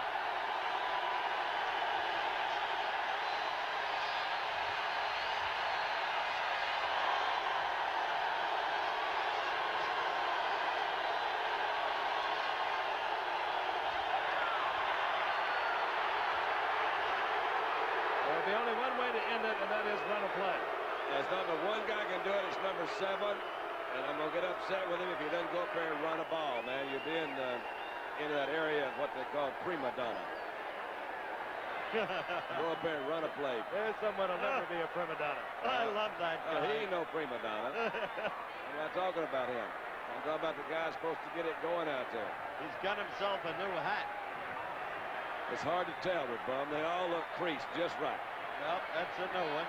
Got the big feather in it. All right. 11:42 remaining in the game. Oilers on top. 9-6 over Miami.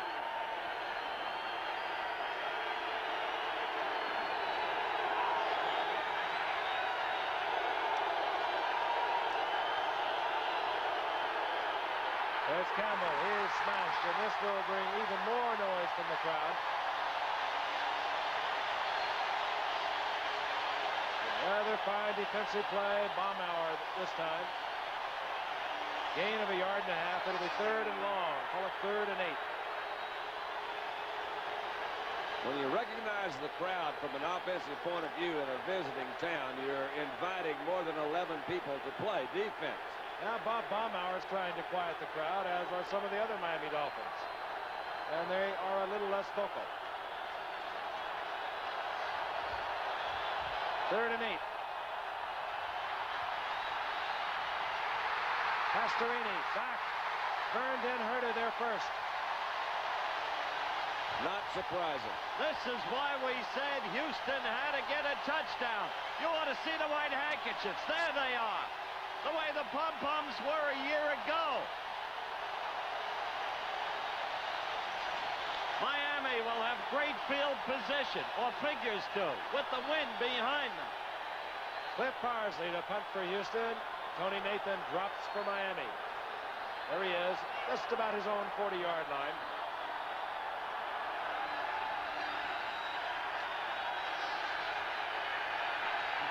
Parsley doesn't turn it over. It's a short kick. Fair catch was called for out there by the Miami Dolphins. Kozlowski, and a flag was thrown because Kozlowski was not given the opportunity to make the catch. That's right. It'll be against Houston.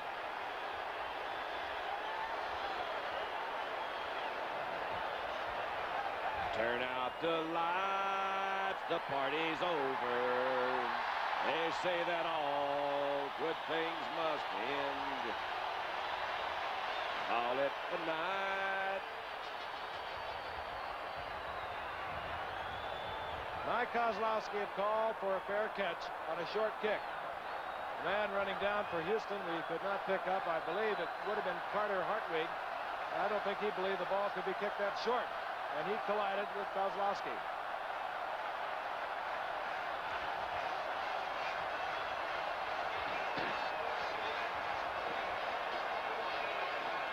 Well, it's ridiculous. Options being talked over down on the field. We'll get the call momentarily. Our referee tonight, Fred Wyatt.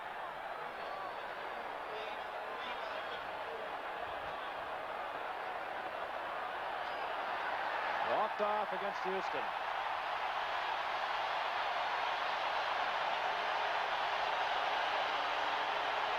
Here's the call. Fair catch interference. Number 36. Touchdown. Carter Hartwig. And quite frankly, I don't believe he thought that ball would be that short. He just collided with Kozlowski, but in any event, Miami Dolphins down by 3 points, have a 1st and 10 at the 31-yard line of the Houston Oilers.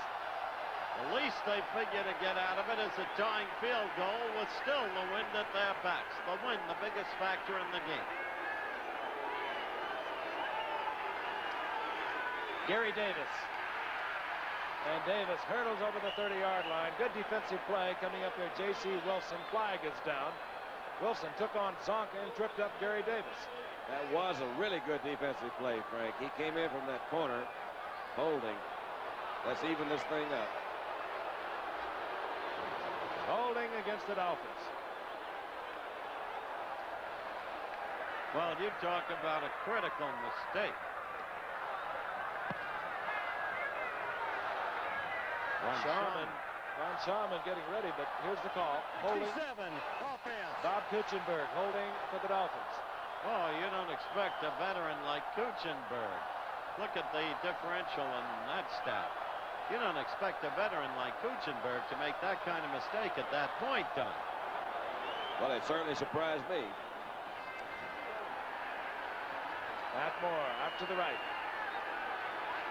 1st and 20. Uriel Harris split left.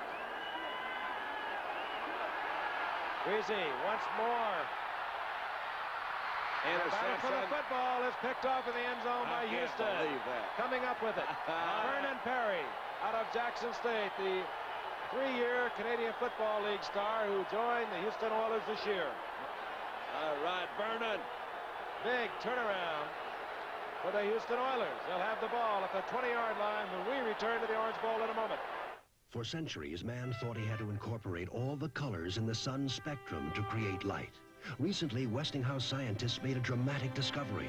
The human eye sees better with light made from only 3 prime colors.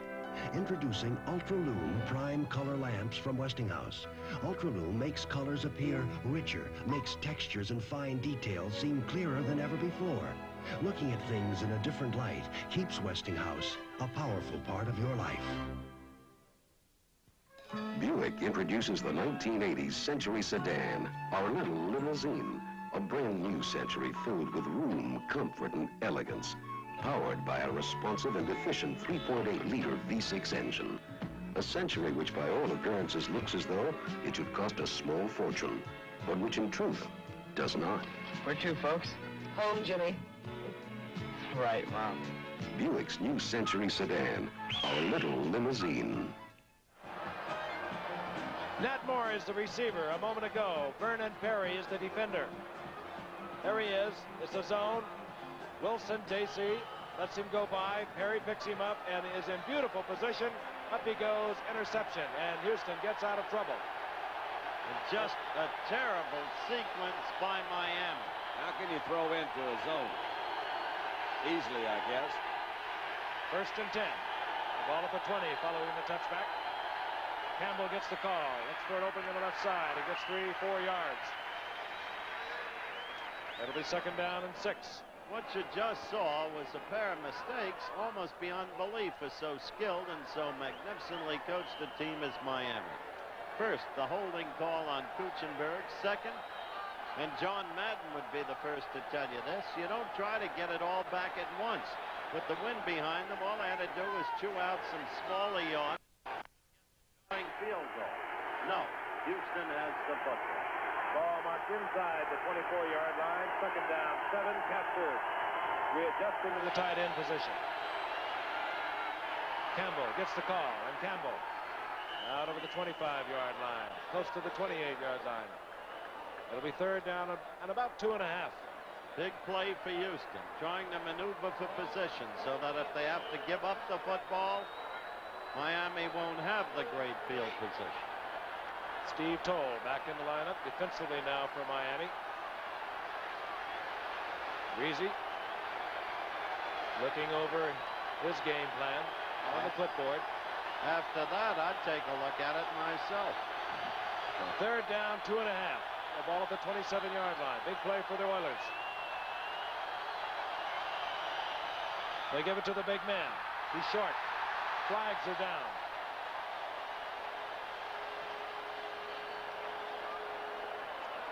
I haven't seen too many defensive calls.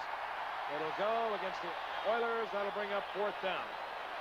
I'm not so sure I wouldn't take this one with the breeze being what it is. Schuler declined it. He wants the football.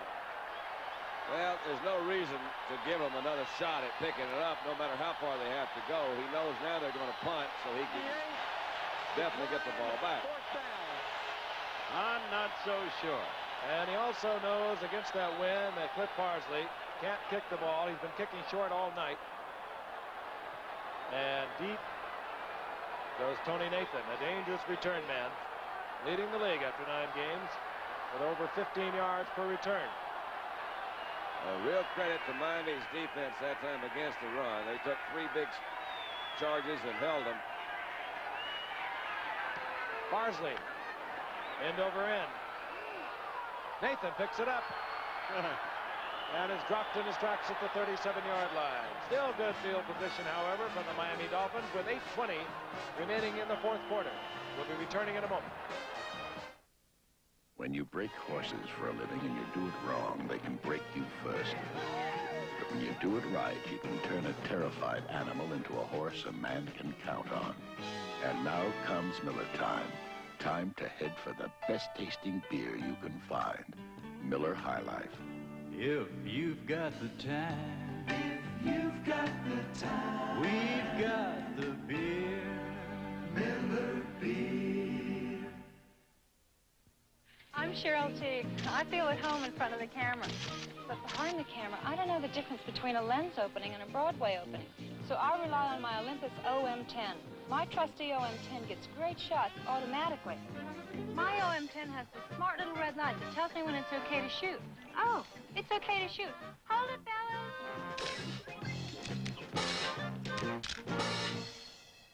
With Olympus OM10, great shots automatically. Saturday doubleheader action. First Syracuse Navy, Florida, Georgia, plus other games. Then highly ranked USC against Washington in a showdown for the Rose Bowl and more. Check local listings. Frank Gifford along with Howard Cosell and Don Meredith watching the Houston Oilers and the Miami Dolphins. The Oilers have a 9-6 lead, but the Dolphins have been threatening. Bob Greasy picked off in the end zone a short while ago. Turned back one drive. If they had the football, 1st and 10 at their own 37-yard line. An important game for Miami. They need it to stay abreast of the New England Patriots in their Eastern Division of the AFC. The Houston Oilers need it to stay within one game, tied with Cleveland behind Pittsburgh, AFC Central. Dolphin Denny, the cheerleader of the Miami Dolphins. Greasy, 11 of 19 on the night, 119 yards. Pastorini, 6 of 10, 25 yards for Houston. First down. Greasy gets the pressure, but he gets the ball off.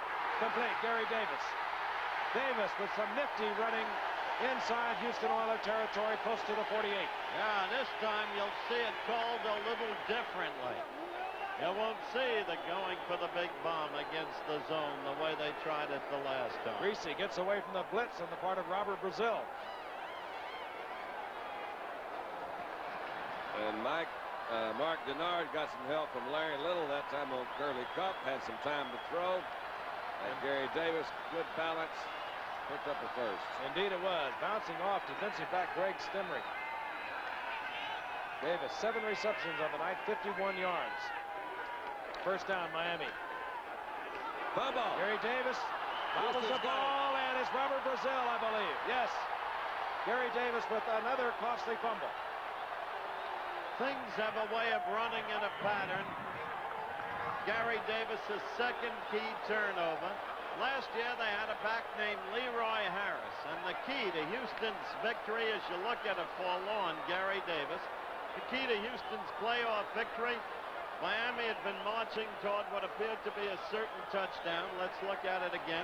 And Leroy Harris fumbled, turning it over to Houston.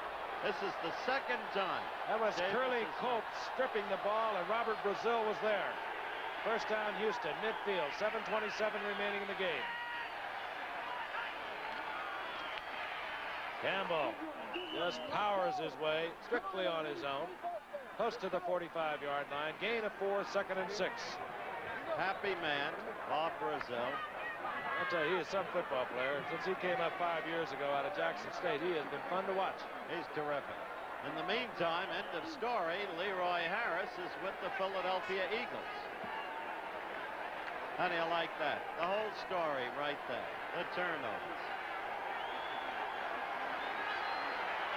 Houston and Dan Pastorini will let that clock run. On 2nd and 6, Campbell gets the call. Swarmed under, first man there, Larry Gordon. Then hustling up, Neil Colsey from free safety. A loss of a couple of yards. It'll be 3rd down and 8. The last 5 times they've run with the ball, they haven't made 10 yards total. Pretty good comment for that defensive line and whole unit for the Miami Dolphins. Well, it's the time, like the time when Frank was with the Giants, and the offense came in, and Robustelli, captain of the defense, said to Kyle Rote, hold him. It was Sam Huff. 3rd and 8. Campbell over 100 yards. The first back to do so against the Dolphins this year. He increases it here, but he'll be short of the first down. The Oilers very conservative. They really are, aren't they? They also leading. 9-6. Campbell again slow getting up. 4th down, and that will produce a punting unit. Cliff Parsley. It looks like a knee brace that he's got there on his right knee. Whatever, he's got 107 yards, and like you said, he's leading the league. He's leading the league. Leading the conference, not the league. All right. Matt Moore is deep now for Miami. Anticipating Parsley's high kick. That's what he did on another opportunity. And it's going to be too much time. An old ploy in the league. 4th down, less than 5. You give them a long count, take the penalty, and hope to draw them off sides and get a first. 5:13 left. Delay. Offense. 4th down. Doesn't really have much of an impact as to where the ball will be taken by Miami. They're going to be in their own territory, fairly deep. But Parsley can come through with any kind of a punt. So that's a 5-yard sacrifice.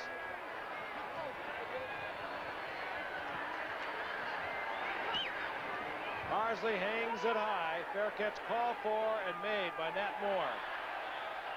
In a crowd at the 17-yard line. 5:05 remaining in the game. Nat Moore put back there in place of Tony Nathan. I believe probably just because he has had so much experience as opposed to the rookie Tony Nathan. A very critical time right now for Miami. They've had their opportunities. They had an interception in the end zone of a Bob Greasy pass. They had a Gary Davis fumble at midfield. And the Gary Davis fumble on the opponent's 15 in the first half. But they've got Von Schauman's foot. On 1st and 10. Greasy. Screen to Davis. Good move. Gary Davis out over the 20-yard line to the 23-yard line. Taken there by Ken Kennard, moving over from his defensive line position.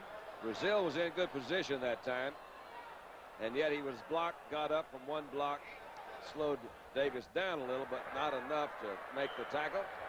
Let some of his other friends come over, and they picked up 8 yards. Shula's already worried about the clock, down to 4:32 and counting down. He's trying to get them to hurry up. Very much a part of the ball game, but he can't retain the football for his team. Duriel Harris, split left. Matt Moore, wing back, top of your screen, right for Miami. Zonka gets the call, gets the first down, bowling ahead, out to the 29-yard line. No flag on that play, Frank. It looked to me like Houston was offside. I agree. Don Shula exhorting his troops. I'll tell you one thing. You want a quarterback out there that can handle the clock and handle the team. Is the man that's out there now, Bob Greasy. He knows right where he is. Yeah. He's in trouble if he knows.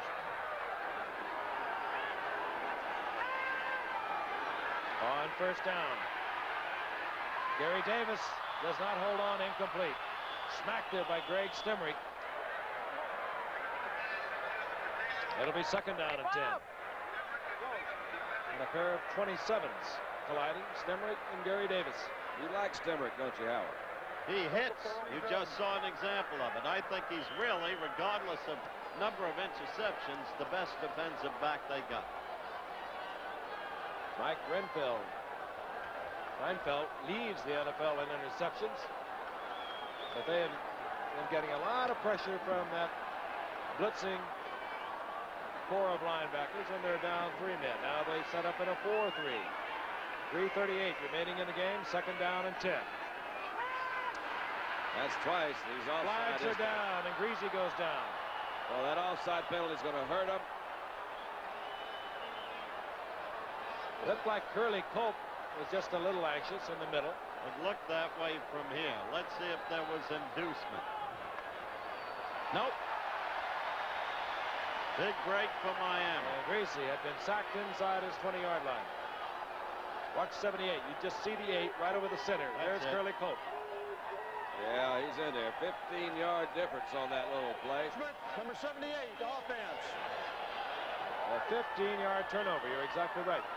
All Shula wants is field goal position for the kid from Oklahoma with the big foot and the big leg to at least tie it up. Send it in overtime. It'll be second down and 5. Nat Moore goes right. Duriel Harris left.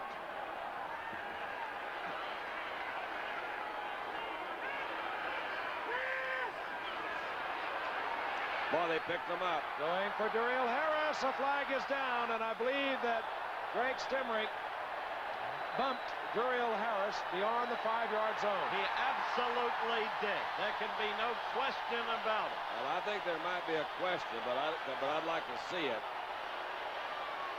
You'll see it on ABC Monday Night Football. We get it all. There it is. Bum, I don't blame you. It was so close, son.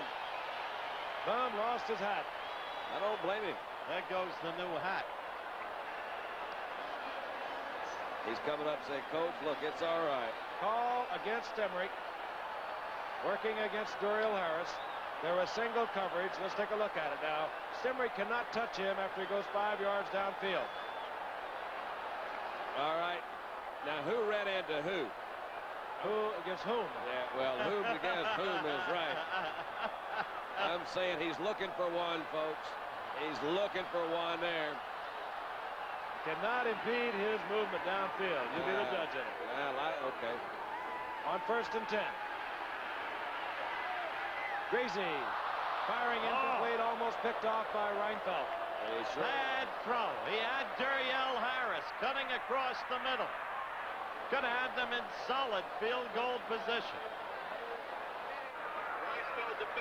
It'll be 2nd and 10. The ball just inside the 40-yard line.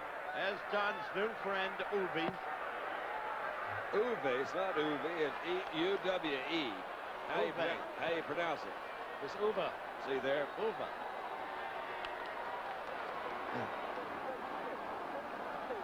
I have a feeling we'll have to learn to pronounce it. He'll be around a while. Fine kicker. 2nd and 10. Duriel Harris, split left. Nat Moore, top of your screen. The tight end is Bruce Hardy. He's been quiet all night. Going for Hardy. Incomplete.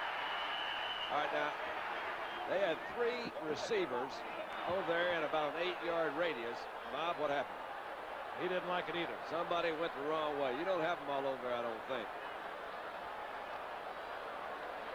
That brings up 3rd down and 10. 3:10 remaining in the game. The Oilers on top, 9-6. The field goal could tie it up. Send it into overtime.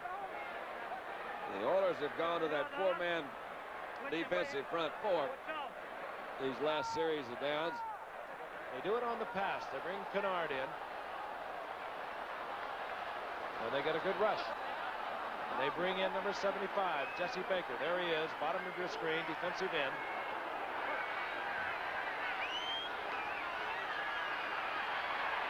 Complete. Tony Nathan, 1st down Miami, inside the 25-yard line at the 23. You talk about a big one. That's it. A rookie from Alabama.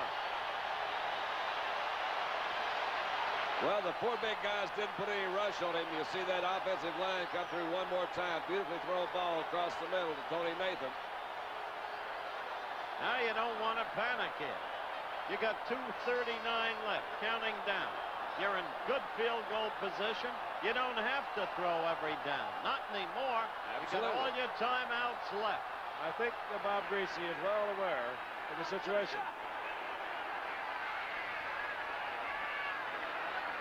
Go to zone. Zonka plows to the 20-yard line. Picks up 3. 2nd down, 7.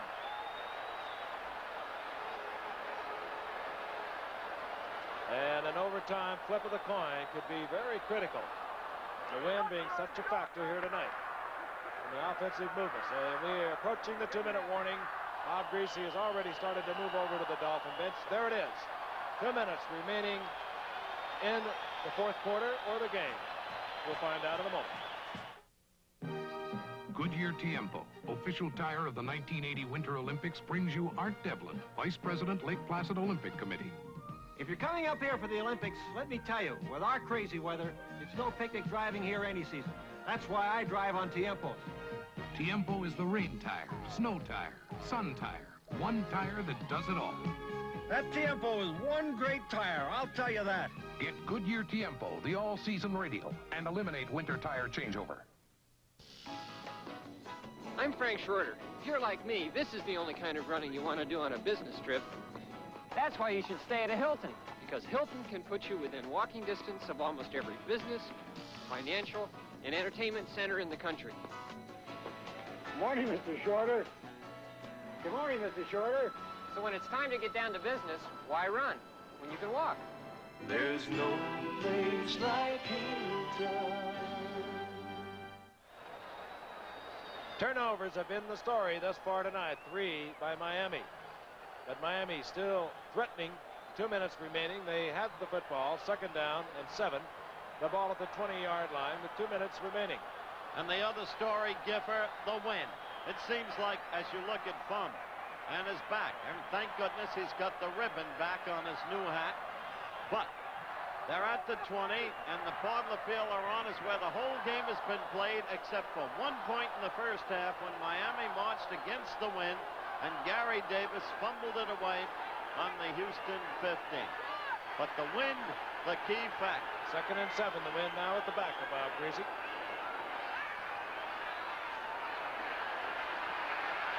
Greasy picked off. Greg Bingham. And Bingham has a lot of friends in front of him. Greg Bingham brings it all the way back to the 32-yard line. 4th turnover of the game. I'm telling you, they don't want to win this one tonight. They sure don't. They had every chance in the world. Larry Zonka made the tackle. He stepped right in there. Good. That was a good defensive position. It really was, John.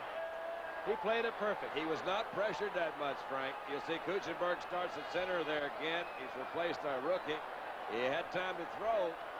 And Greg just stepped right there in front, man, and took it back. Watch him go. Watch him go. We got Robert Brazil, 52, directing traffic for him. Now, you know, 64 went off the field and came back and tackled him. You can't do that. All night long, he has thrown to his backs.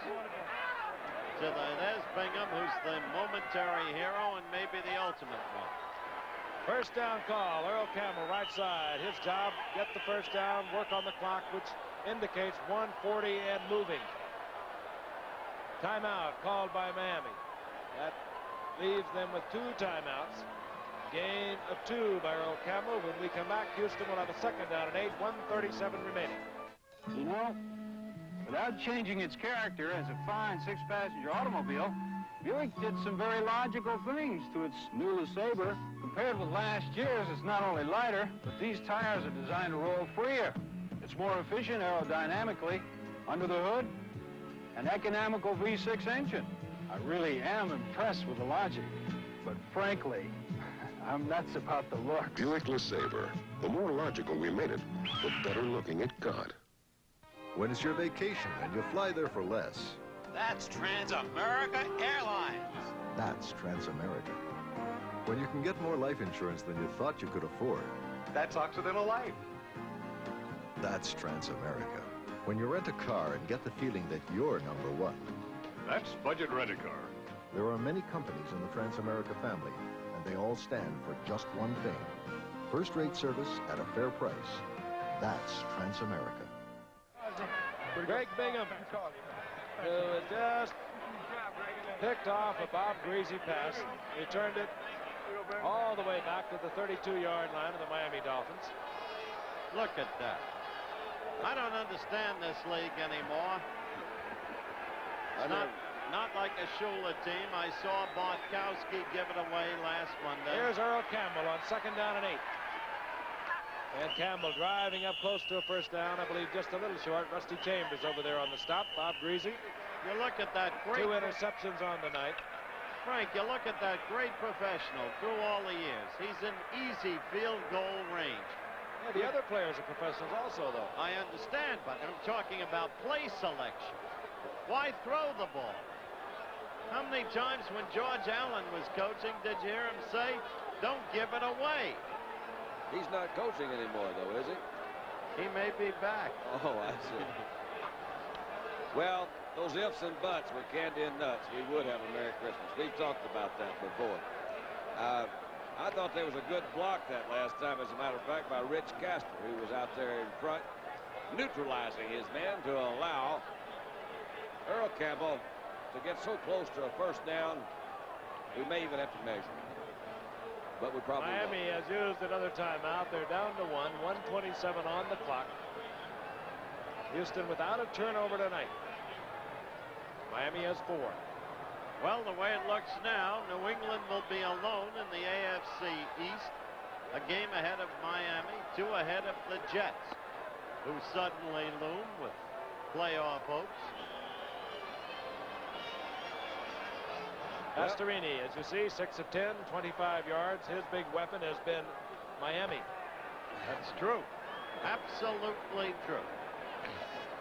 Campbell, 114 yards. The first running back in this season to gain over 100 yards against Miami. And I do not believe that this great young athlete is playing at 100%. Carpenter in motion. Campbell gets the first down. And Miami uses their final timeout. We will be seeing both these teams later on. It'll be November the 29th for the Miami Dolphins and the New England Patriots on a Thursday night. And Miami did not call timeout. Clock continues to move. They have 1 remaining. And we'll be watching the Houston Oilers and the Pittsburgh Steelers later. December 10th.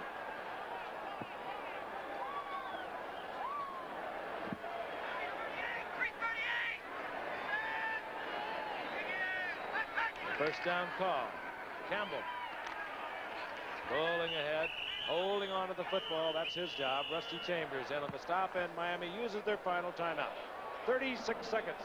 We just saw Don Shula, the great coach. Just saw him use his hands in a kind of hand shrug rather than a shoulder shrug. Well, he's got to be pleased with his defense because really they haven't given up much at all. It's his offense has made some turnovers, the fumbles, interceptions, and didn't put any points on the board. We didn't see a touchdown all night. And New England is going to have sole possession of the Eastern Division of the AFC with a 7-3 record. And Houston hangs tough. A game behind the Steelers, and even if the Steelers prove to be unbeatable as they presently look, there is the wild card situation, and Houston would settle for that to get into the playoffs. And what a job Chuck Noll and the Steelers have done this year. They are a great football team, but they have really fought the injury adversity well. And now they're getting healthier and healthier. Benny Cunningham can play more and more. Lynn Swan, so utterly resourceful. What doesn't help this Houston club is their schedule for the last half of this season. Brutal. It's just toughest in the league. Brutal. They play Oakland in the Astrodome next Sunday. Then they have Cincinnati, Dallas, Cleveland, Pittsburgh, and Houston. For Miami, well, the way things have gone this year, it's all tough. 2nd down and 8. Pastorini drops to the turf. Miami cannot stop the clock. They need to run one more play. Time for Don to sing. Well, I think in 10 years, this is the first time I've ever missed it. And I took a real chance, because I sang it the other way at the beginning of the 4th quarter. So did I. Yeah. I want to thank our spotter, Steve Mazika, our statistician, Jerry Klein, as the seconds tick off on the clock. And the Oilers have defeated the Dolphins 9-6. Earl Campbell, a big night. The first running back to go over 100 yards against Miami this season. And a nice man.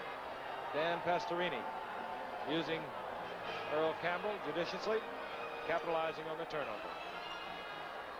Those of you on the West Coast, stay tuned for 240 Robert. Once again, the final score, Houston 9, Miami 6. Join us next week for ABC's NFL Monday Night Football. The Philadelphia Eagles against the Dallas Cowboys from Texas Stadium in Irving, Texas.